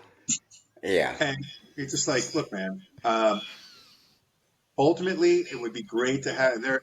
Every now and again, I'll find some good dialogue on there, and I cross post against it just in case. But Mm-hmm. I'll say that most of the time, I post up stuff about, especially in regards to seminars or tournaments or fundraising to send, the team off to go and compete in the worlds in England for the Snake Pit World. Mhm. I just don't see the return. Like, Yeah, not even. it's not getting highlighted. It's not getting pinned. And it's just the results aren't there. I can look at yeah, the GoFundMe for a week and let's say only have posted it across like the 4 biggest catch wrestling pages on Facebook, which is almost like 15,000 people, and nothing. And I just go, well, you guys say you want it so bad. You say I posted little polls of like how many you compete, and it'll get like no traction. yeah, No one will engage with it. And I'm like, there's 8,000 of you in this one group. You're telling exactly. me not even 100 of you are active on this thing that will engage with this poll, asking you a No, very simple question. You Nope. don't even have to put a remark on it. Just click Yep. yes, Nothing. no, or I don't compete. because they're Yep. all full of shit. That's the problem. And I- I'm like, you say you want to help. You say you want to do these things. Okay, here I go. Oh, you don't want to, not that way? Like, what the fuck? What way do you want to What help? way do Like, you I want to don't do it? Yeah. understand. Yep. How does it get better than this? How does it get more professional than this? How do you get people that can draw in? I mean, you'll have somebody going on about, I got Country Joe and Stevie Bob and people you never fucking heard of that never compete in anything. And they're all like, yeah, we're the best, man. You're like, Oh okay. yeah. Oh And yeah. then Oh I'm yeah. sitting here like, yeah, I got Brett Favre. I got bringing Tony Nelson around. I got this. I got guys that All-American in the NCAA. I have international level professional Mm-hmm. fighters. I've got guys from all this stuff. I'm backed by Fujiwara, Maeda, Gotch, and Robinson. And, I mean, the whole Billy Robinson thing. Blame me again, Val. I'm the one that talked to Jake, and I'm like, hey, man, now that Billy's in So the I States, didn't want to say that one. Jake, it'd be awesome if you could do this seminar stuff with Billy and keep him going. Yeah. And, we could put money in his pocket, Yeah. take Billy and do the, and Jake put together this whole stuff and got Billy out there, got Billy to Yeah. England. And, People ran with that shit. People ran with but, that shit. Yeah. if it wasn't for me and Jake, there wouldn't be no Billy Robinson seminars in the States the way they were. And, this is just, because there are people out there that do sincerely want to put this shit in the world and have it grow. Yeah, But for sure.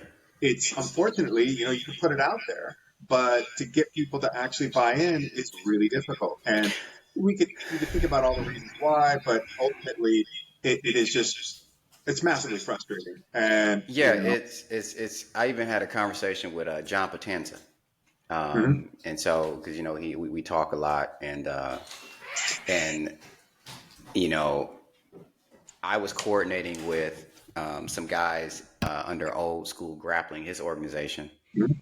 and these guys have specific ranks, right? They have these levels. So I'm like, oh, okay. Because when I first met John, I said, "You have ranks?" I said, "We didn't have any ranks." I'm like, "So tell me about this ranking and blah blah blah." And then I said, "Okay, I can buy into it on the basis that it's to help."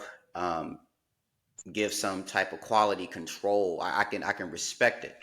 And so, but my assumption though was that quality control had a degree of reflection on the person that had the level rank. So when I saw that guys were at a specific level, I would reach out to try to set up matches. I'm like, hey, and then they say, oh, I don't actually do catch. Down the fuck. Yeah. So now I'm like, okay. Basically, you ran into these two still. There's a Venn diagram with this, but it's really slanted way more one way in the competition side than the other side, which is the non-competition side. But they still touch. They overlap a little, and that gap in between the two is very small. But what you're running into is, so Potenza comes from a more traditional background. He's trained a ton of different arts. He's trained under Eric Paulson for years. He did a bunch of the Billy seminars, and I think the system, the old school system, the old school grappling, and I guess he was a part of him and Bain put together the Snake State USA stuff. Yep. I think the approach is more from this is the knowledge and here's the distribution. That's and right. The ranking is to correlate with the knowledge. It doesn't mean you can actually fight. It doesn't. I totally had the wrong idea, right? Because I'm calling people and I'm like, hey, you in Florida? Man, you want to set up a super fight? I can come 154. You can be 20 pounds heavier. Oh, well, I don't actually wrestle. Then what the fuck?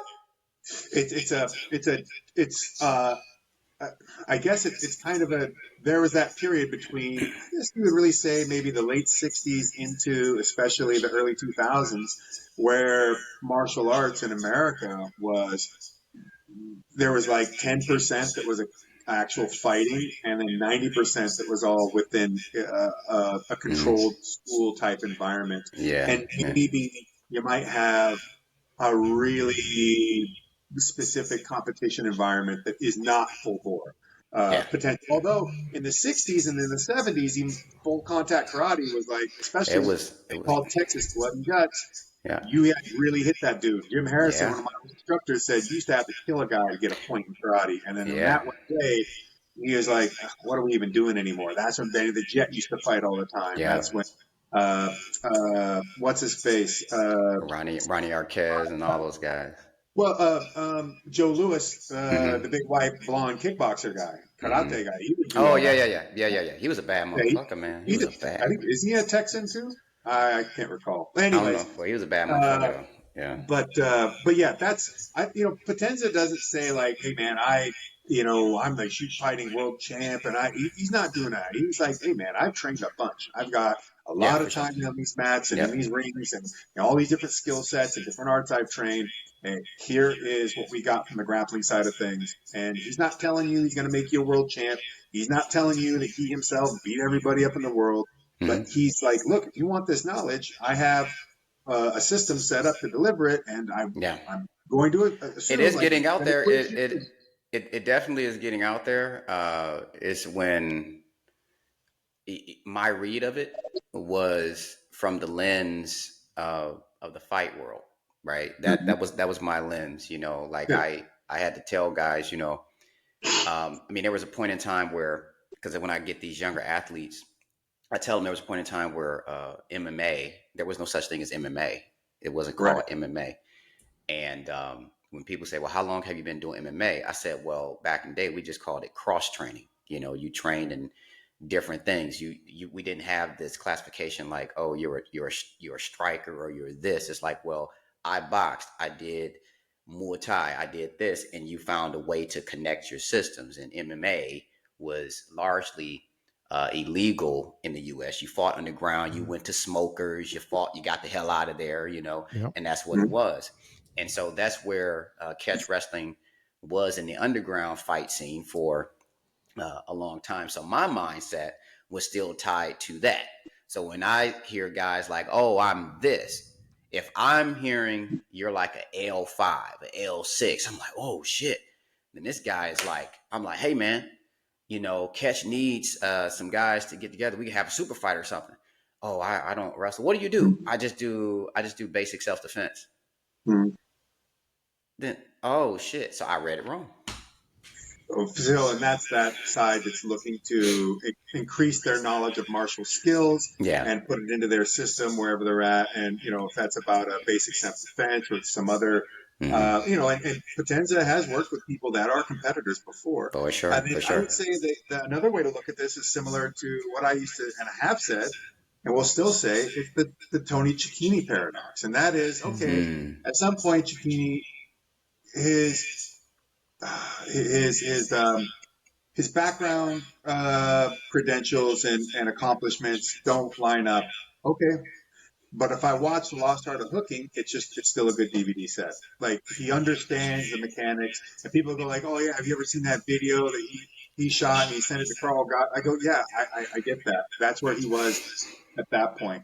But when he made the Lost Art of Hooking, the stuff that's in there is not bullshit. Yeah, There's the shit was together. The shit was together. I mean, he did it in jeans, but Yeah. No, I get you. But it's like, well, actually, Lost Art of Hooking, he had the Ballet Tudo shorts on the whole time. Bad Boys. Okay, yeah. But even still, it's like I don't need Tony Cicchini to be a badass. Actually, I don't care if he ever did any of these fights, and even if he lied about it all, I mean that sucks. But I don't care because when I watch this footage, I can pick up stuff from it, and I think it's good and it's useful, and then that's a starting point to then have somebody, okay, well, now how do I do this in a competitive environment? All right, well, you know how your Achilles lock mechanics are, yeah? Yeah, okay, come here. Here's some setups into that. Here's how when you're grappling this guy and he's a BJJ guy, how his leg might become available. Here's when you're grappling this guy and he's an amateur wrestler, how it may become available. And we'll go from there because you got to start somewhere. And the thing is, there are people that are autodidacts out there and they figure shit out. I think John Danaher is likely an autodidact. If you give him anybody's instructional stuff, he will figure out exactly how it works and why it works. I truly believe that. So, and I kind of consider myself similar in that if you put it in front of me, people go, how could I have a Brazilian Jiu-Jitsu black belt without training BJJ? I competed against it for so long. I knew what its systems were. I could tell you how different you pick up on it. Yeah, you pick up on it. Yeah. And then, Eric would just have me teach class. And okay, yeah, no problem. I can teach you how to fight in a gi, which is also why, again, if you want a BJJ belt under me, you ain't getting it if you're not doing gi. Because to me, jiu-jitsu is with a gi. Without a gi, it's a completely different game. So what do you? There it is. Now, what do you call it though? Like, how would you rank somebody if they're not wearing a gi? What would you really call it, and how do you rank it? Because I'm the exact same way.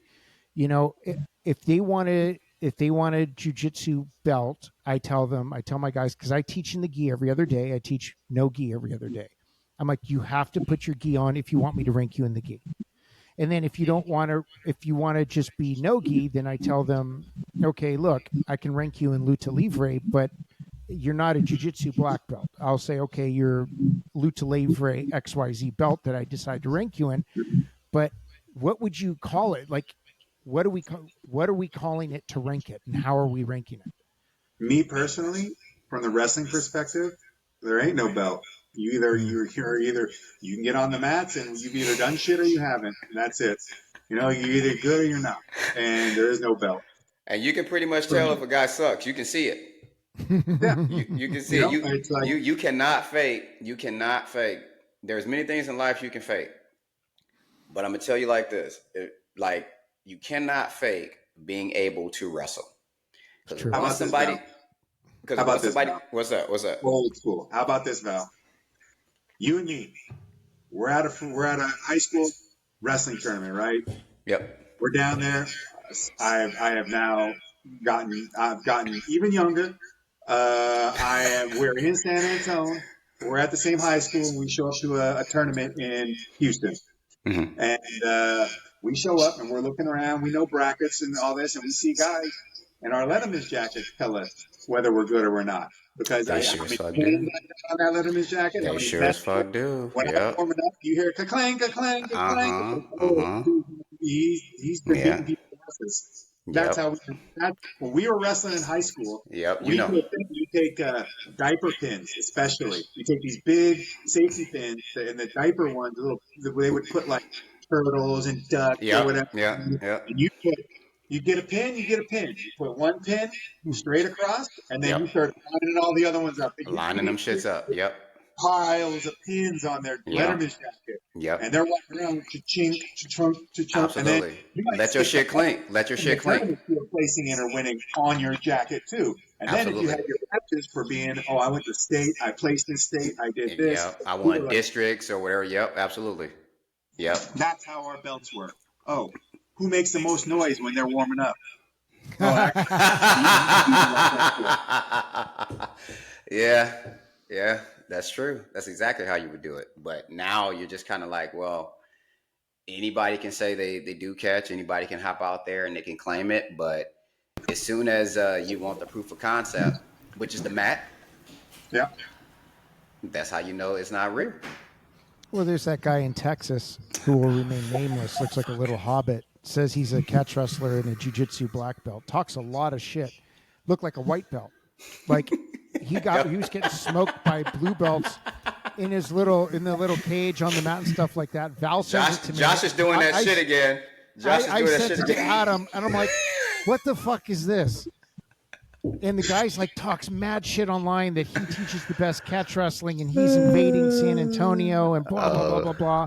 And he's supposedly a black belt from a reputable jiu-jitsu black belt guy. And I'm like looking at this, I'm like, I thought it was a joke. I literally thought somebody was trolling me. And I was just like, there's no way. Well, I mean, I try to avoid that stuff as much as possible, personally. I know you do. Yeah. Because I was telling you about them, the IBJJF demoting Hegan and Eric. You're like, wait, I heard something about it, but it's not, yeah, no, it was real because we talked to Hegan about it. Yeah. But this is bullshit. I mean, what can you do? Too much bullshit out there. What can you do? You don't know until you know. Yeah, and look, that's not going to go away. And to be honest, I was involved in probably the most fiery, dramatic aspect of catch when I got into my whole thing with Catch Wrestling Association or Catch Wrestling Alliance and Curran and all that. And look, at the end of the day, you know, and part of the reason I was so mad about that to the point where I'm like, let me know when you're in the school, I'll show up. I'm coming out there. That's not enough. You can line up everyone in the gym, and when I'm done with you, I'll go through everyone else too, and the instructor. Like you can all get it. Yeah. When I mean get it, like people, we're not going to walk out of there on their own. Old school smoker. I was mad, real mad. But part of it was because it was unwarranted. It came from nowhere, and the other thing was maybe what part really set it off was that I had always been supportive. Yeah. That was like, why am I getting yelled at and backstabbed and shit talked when I've tried to help, where I've been open and look, at the end of the day, Curran has come and trained with me. Curran and I still talk. We're great. And, once he kind of was able to sit out there and lay it all out to the mistakes that were made, the ways he was being led and how I act and respond, done. And people could be like, oh, how could you ever, give that kind of kindness and respect back to somebody when there was so much disrespect? And I go, because in a sense, not just because I literally am the bigger man, I'm trying to be the bigger man because things are bigger than just me being mad at somebody. Yeah. I'm trying to build catch as best as I can from what is available to me. And it's not going to do me any good to sit there and get in all these pissing contests till the end of eternity and create more separation instead of more community. And by the end of the day, if someone wants to look at it from some sort of perspective with some distance, they can say, well, if this guy's such a jerk, if his catch is not legitimate, and yada yada, all this shit that was talked about, like me, Eric, which also would have implied Billy and other people, which is all bullshit. But it's just like, look, if that's the case, okay, I'm this horrible person. All of us are all so bad and illegitimate. Why are they the professional ones? And we're having the discussions, and outside of the things where there's deliberate challenges or insults thrown, they're just like, you know what? No, if you look, we're gonna come and compete. If you hold a tournament, we'll send our guys there. We just don't care. Just please, just get on the mats. If you got one side doing this, the other side saying, well, you're fake and you're jiu-jitsu and we're just cutting you down. It's like, well, who looks bad now? It's not the person who's trying to build the bridges and trying to build the structures for everyone to be a part of. It's that you can tell, well, that side's deliberately choosing to not be a part of that. So where they don't want to actually be about solutions. They want to create problems so that they themselves can be the one with the solution, even if that problem doesn't even exist. Because if they can say they solved the problem they created, well, it still trying to elevate themselves. And it's just it's pointless endeavor. It's very true. When's the next blood sport, Josh? Bloodsport London is going to be September 28th at the Electric Ballroom in Camden Town. That's right around the corner. Those things are fantastic. I love those. That's a brilliant idea. Yeah, and look, as much as I'm pushing catch through the competitive environment of what we do in the ACWA and the snake pit over in the UK and Wigan. Blood sport is another thing helping highlight catches catch can, bringing those elements back to the forefront of professional wrestling and getting more people involved in it. Yeah, it's those guys are super talented. When I watch it, it's just really great stuff. Mm-hmm. I know Angel was saying he wanted to be on one, so I'm gonna have to ask for my buddy. When's Angel gonna be on one of the blood sports? I thought he was already. No. He's only had 3 pro matches so far. Oh, okay. Yeah. So he's he looking can be good on out one there. when he's ready. That's Okay. when he can be there. That's some I told old him- school. That's some old school shit right there when he's ready. He needs to wear those little referee booty shorts of his. I go, dude. I go, that's your thing, bro. I was telling him the other day. I go, this is your moneymaker right here. You got to keep wearing those little referee booty shorts of yours. Yeah, I mean, Angel, he's on his path, and he's got this third opportunity to win the world championship for the Snake Pit in Wigan coming up, and that's number 1. And he's coaching Brea Olinda's program, which will have his first year under him. It's coming up here shortly in the fall and winter, and his pro wrestling career is moving along. He's got another person alongside him in his journey with Joe Deshoe, who came from Canada, where he was wrestling Greco up there, and then he moved to the States, joined Minnesota Storm, and he wrestled Greco for them on the highest levels you can go at, and now he's transitioning. In fact, he won his division at the last Summer Open for the ACWA in catch. He competed in the national championship last year's, but he went to throw a guy and threw him right on top of him and hurt his rib and put himself out in the first round. But he has been putting tons of work in. He's in at CMMA 3 days a week, drilling, training, sparring. Then he's at the New Japan Pro Wrestling Dojo. He was in the beginners class in the beginning, and they immediately moved him in the advanced, and he was doing both. And he's already working matches. He's on the roll, and so I got him working alongside Angel. So now Angel's got another guy in a similar scenario as him. They'll be doing probably more. The last 2 matches that both of them did were against each other.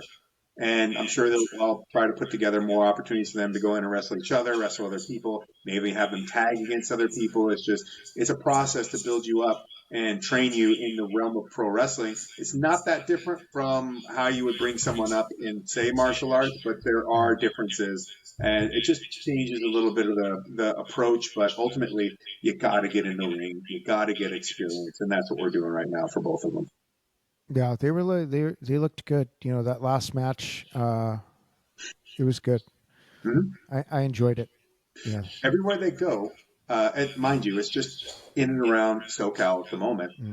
The crowds will come up to them after the matches and they're like, "That was amazing. I really love that. Wow, we don't see that anywhere. Oh wow, that's so different. It's so cool to see that being done or being done that way." And in some ways, like they're not doing anything revolutionary. They're just kind of stripping it down. That's all they're really doing. They're just taking pro wrestling back to a more basic sense. And people are like, "Wow, that's incredible." Hey, ride the wave, right? Yeah. So here's what I want to kind of end this on. I know we were talking about how there's a lot of people out there, they say they want to be supportive and they're not. But I know there's ways that we can be supportive. If they can't support by getting on the mat, they can support with their pocketbook. Mm-hmm. So what's the best way to contribute to you guys so that we can make sure you guys are well funded for the catch worlds and to make sure you guys are out there in the best possible light? We have a GoFundMe that we've been putting up for every year that we've taken a team over there to help fundraise this endeavor for all these athletes and to try and keep it so that they don't have to spend any of their own money. Mm-hmm. Which it's not like the most expensive trip that we could think of to get to London. LA to London is actually far more. In fact, it's cheaper to fly. I could fly to London round trip cheaper than I could probably fly to New York most of the time. Wow. It's crazy. But it still costs money. and not everybody necessarily has the funding to be able to do it if Of they had to course. do it all themselves. Of course. And we want to make this a team effort. We also want this to be something that is a supportive action, not just about going out there and winning a belt or a title or what have you. It's about building team camaraderie and showing the community aspect of it. And so we want to even use the U.S. Open to try and help look for other potential competitors for these teams. But as it stands right now, it's still we're going to move the U.S. Open next year before the Catch Wrestling Worlds for Wigan. So that way we could maybe even consider that as somewhat of a qualifying. But I say that with a little bit of a hesitation because let's say we have enough competitors that we have brackets with enough people in them to do every division. Let's just say in the men, just the men's division alone, and we could settle a winner in every division and every men's weight class, which I think is 6 or so, maybe 7. About six. We couldn't afford to take everybody. Right. We just couldn't. It wouldn't be. We don't have the money to do it, and we'd have to fundraise substantially more. Actually, I think it's 8 weight classes in the men's division. So, that's part of the thing too. But we have a GoFundMe up, and you can find it on my Facebook page. You can find it on Instagram. You can find it in my Twitter. It's all in the link in my bios, and I post it up many a time out there on social media. And we're just looking for. Yeah, everybody isn't going to be a competitor. Everybody's not going to be a coach, and that's fine. Like if someone's not an active catch wrestling athlete, fine. We don't hate on you at all. But if you want to be somebody that wants to support catch in a broader sense and try to help do what's possible for those that are out there pushing the envelope and developing it and building it and being in one direct action in terms of building that catch wrestling competitive environment community up, just give them a buck. And look, right now, it's speaking on our behalf of our team fundraising. But I'm not the first, and I ain't going to be the last. And there's going to be others. And when you can get involved with that, when you can lend a hand or lend a buck or do something to be a part of it, you're helping. I'll tell you this: for the British championships, it was last year. Before it happened, I went and bought a ticket, and then Andrea hits me up and goes, how are you going to be? Are you going to be? I go, no. Well, okay. Well, we could just give you I go, no. I bought a ticket to show up to give you the money. That's why. I just bought a ticket as if I was going to be there, even though I'm not, and I won't be able to watch it live or anything like that. But I just bought the ticket to put money. That's right. Yeah. Really, thank you. I'm like, but it was nothing. It was like $20 or something. Who cares? But what you might spend. It's the principle. It's the principle. Yeah, but what you might spend on coffee in a week can go a long way for somebody else. Although my Starbucks bill is way higher than that. Oh yeah, because you're an addict. You're in the dragon race. Bro, God. So let's make sure we get to that GoFundMe, and then Josh, just when you repost it, tag us in it so that we can post it. Because look, audience listeners, we got over 34 countries that listen. You guys have to contribute something, okay? $1, $5, whatever you have. It's important for us to keep this going. Very, very important. And we need to expose people to other rule sets. The catch wrestling, to me, the ACWA rule set is the best, hands down. That's not something up for debate.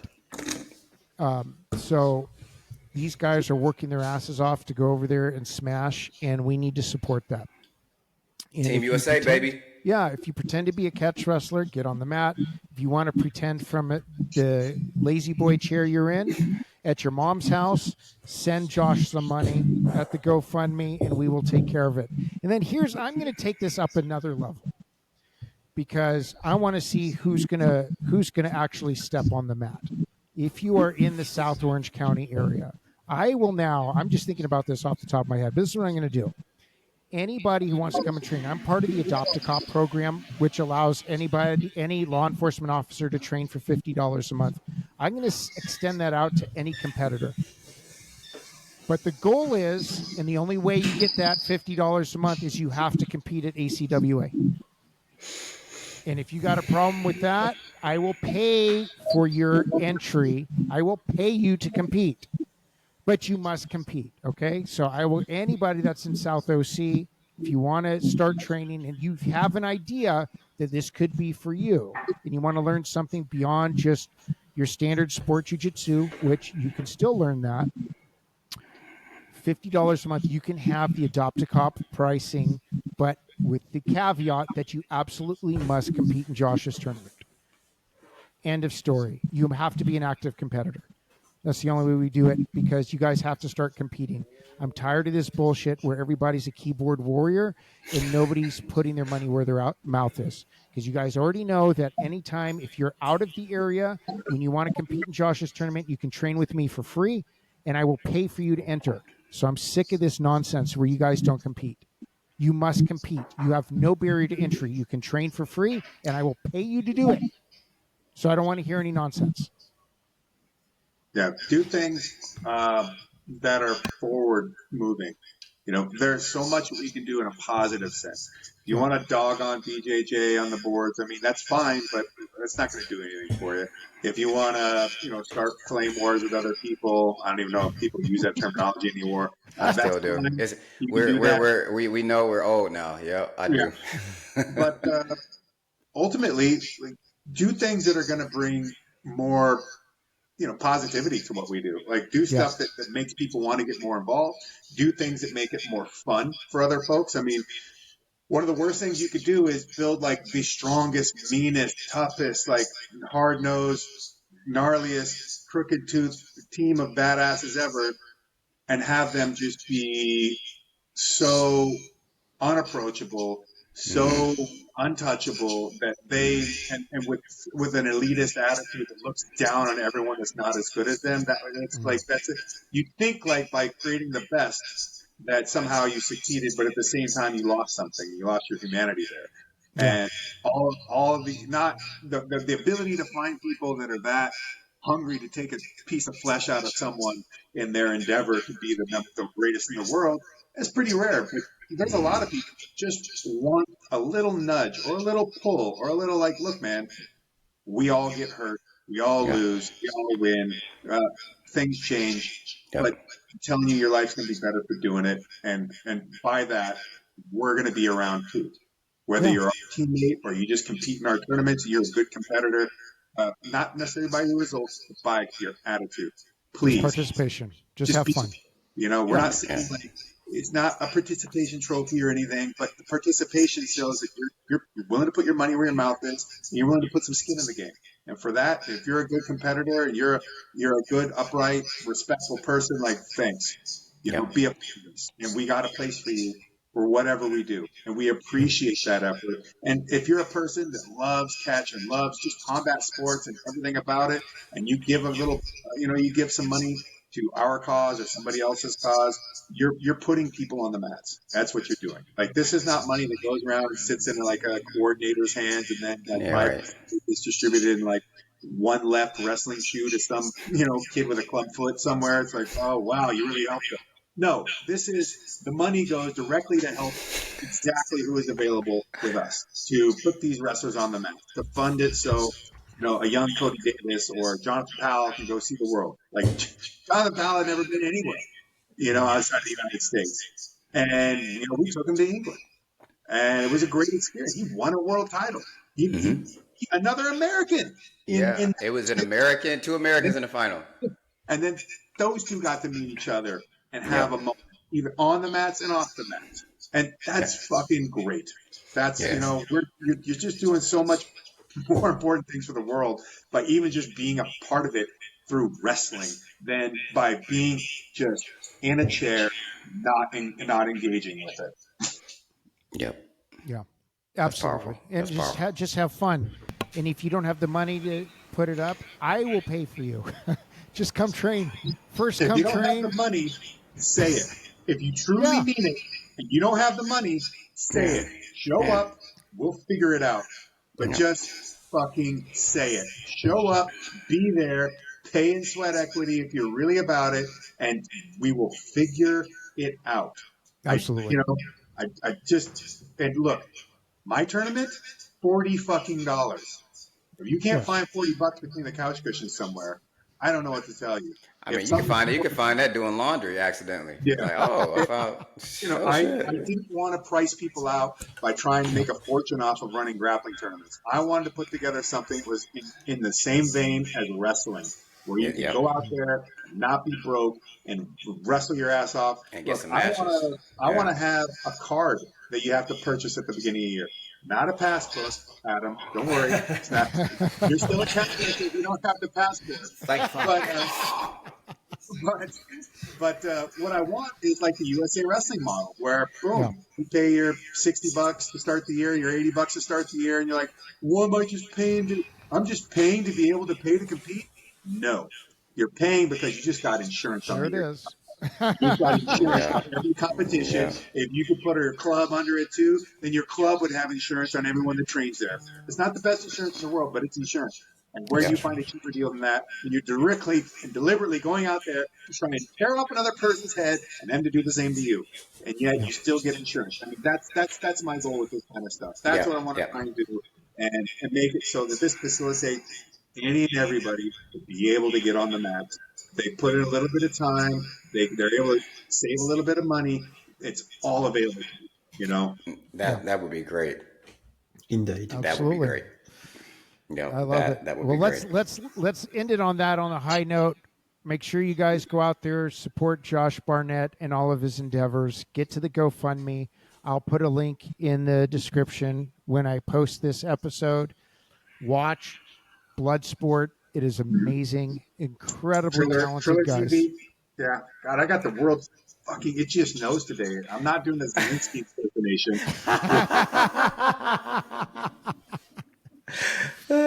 But we got to support, guys. Please, I'm begging you. 34 countries listen. We got to support Josh and these endeavors here. Very, very important. There's always a way for us to support and bring that positive energy and really build this up into something amazing. Okay? Yeah, with that, subscribe to the ACWA YouTube account. That's where we're going to be trying to post up as much content as we can. I have tournaments from the past all in hard drive. When we have the time and the money, especially the money, to get people to edit it up and put graphics to it and all that. I mean, I have all the brackets from those still too. So I can match all the names with all those people that are on the screen. So we can really put up like, hey, here's Val from this club, here's Adam Tibbetts, this red and blue, and you know who they are, and what club they represent and all that. A proper wrestling programming, right? If you turned in to watch freestyle on some sort of a local news station or what have you, that's how it'd be shot. If it was on ESPN, right? Something in the same vein. Love it. All right, boys. We'll end it on a high note. We are out of here. Beautiful.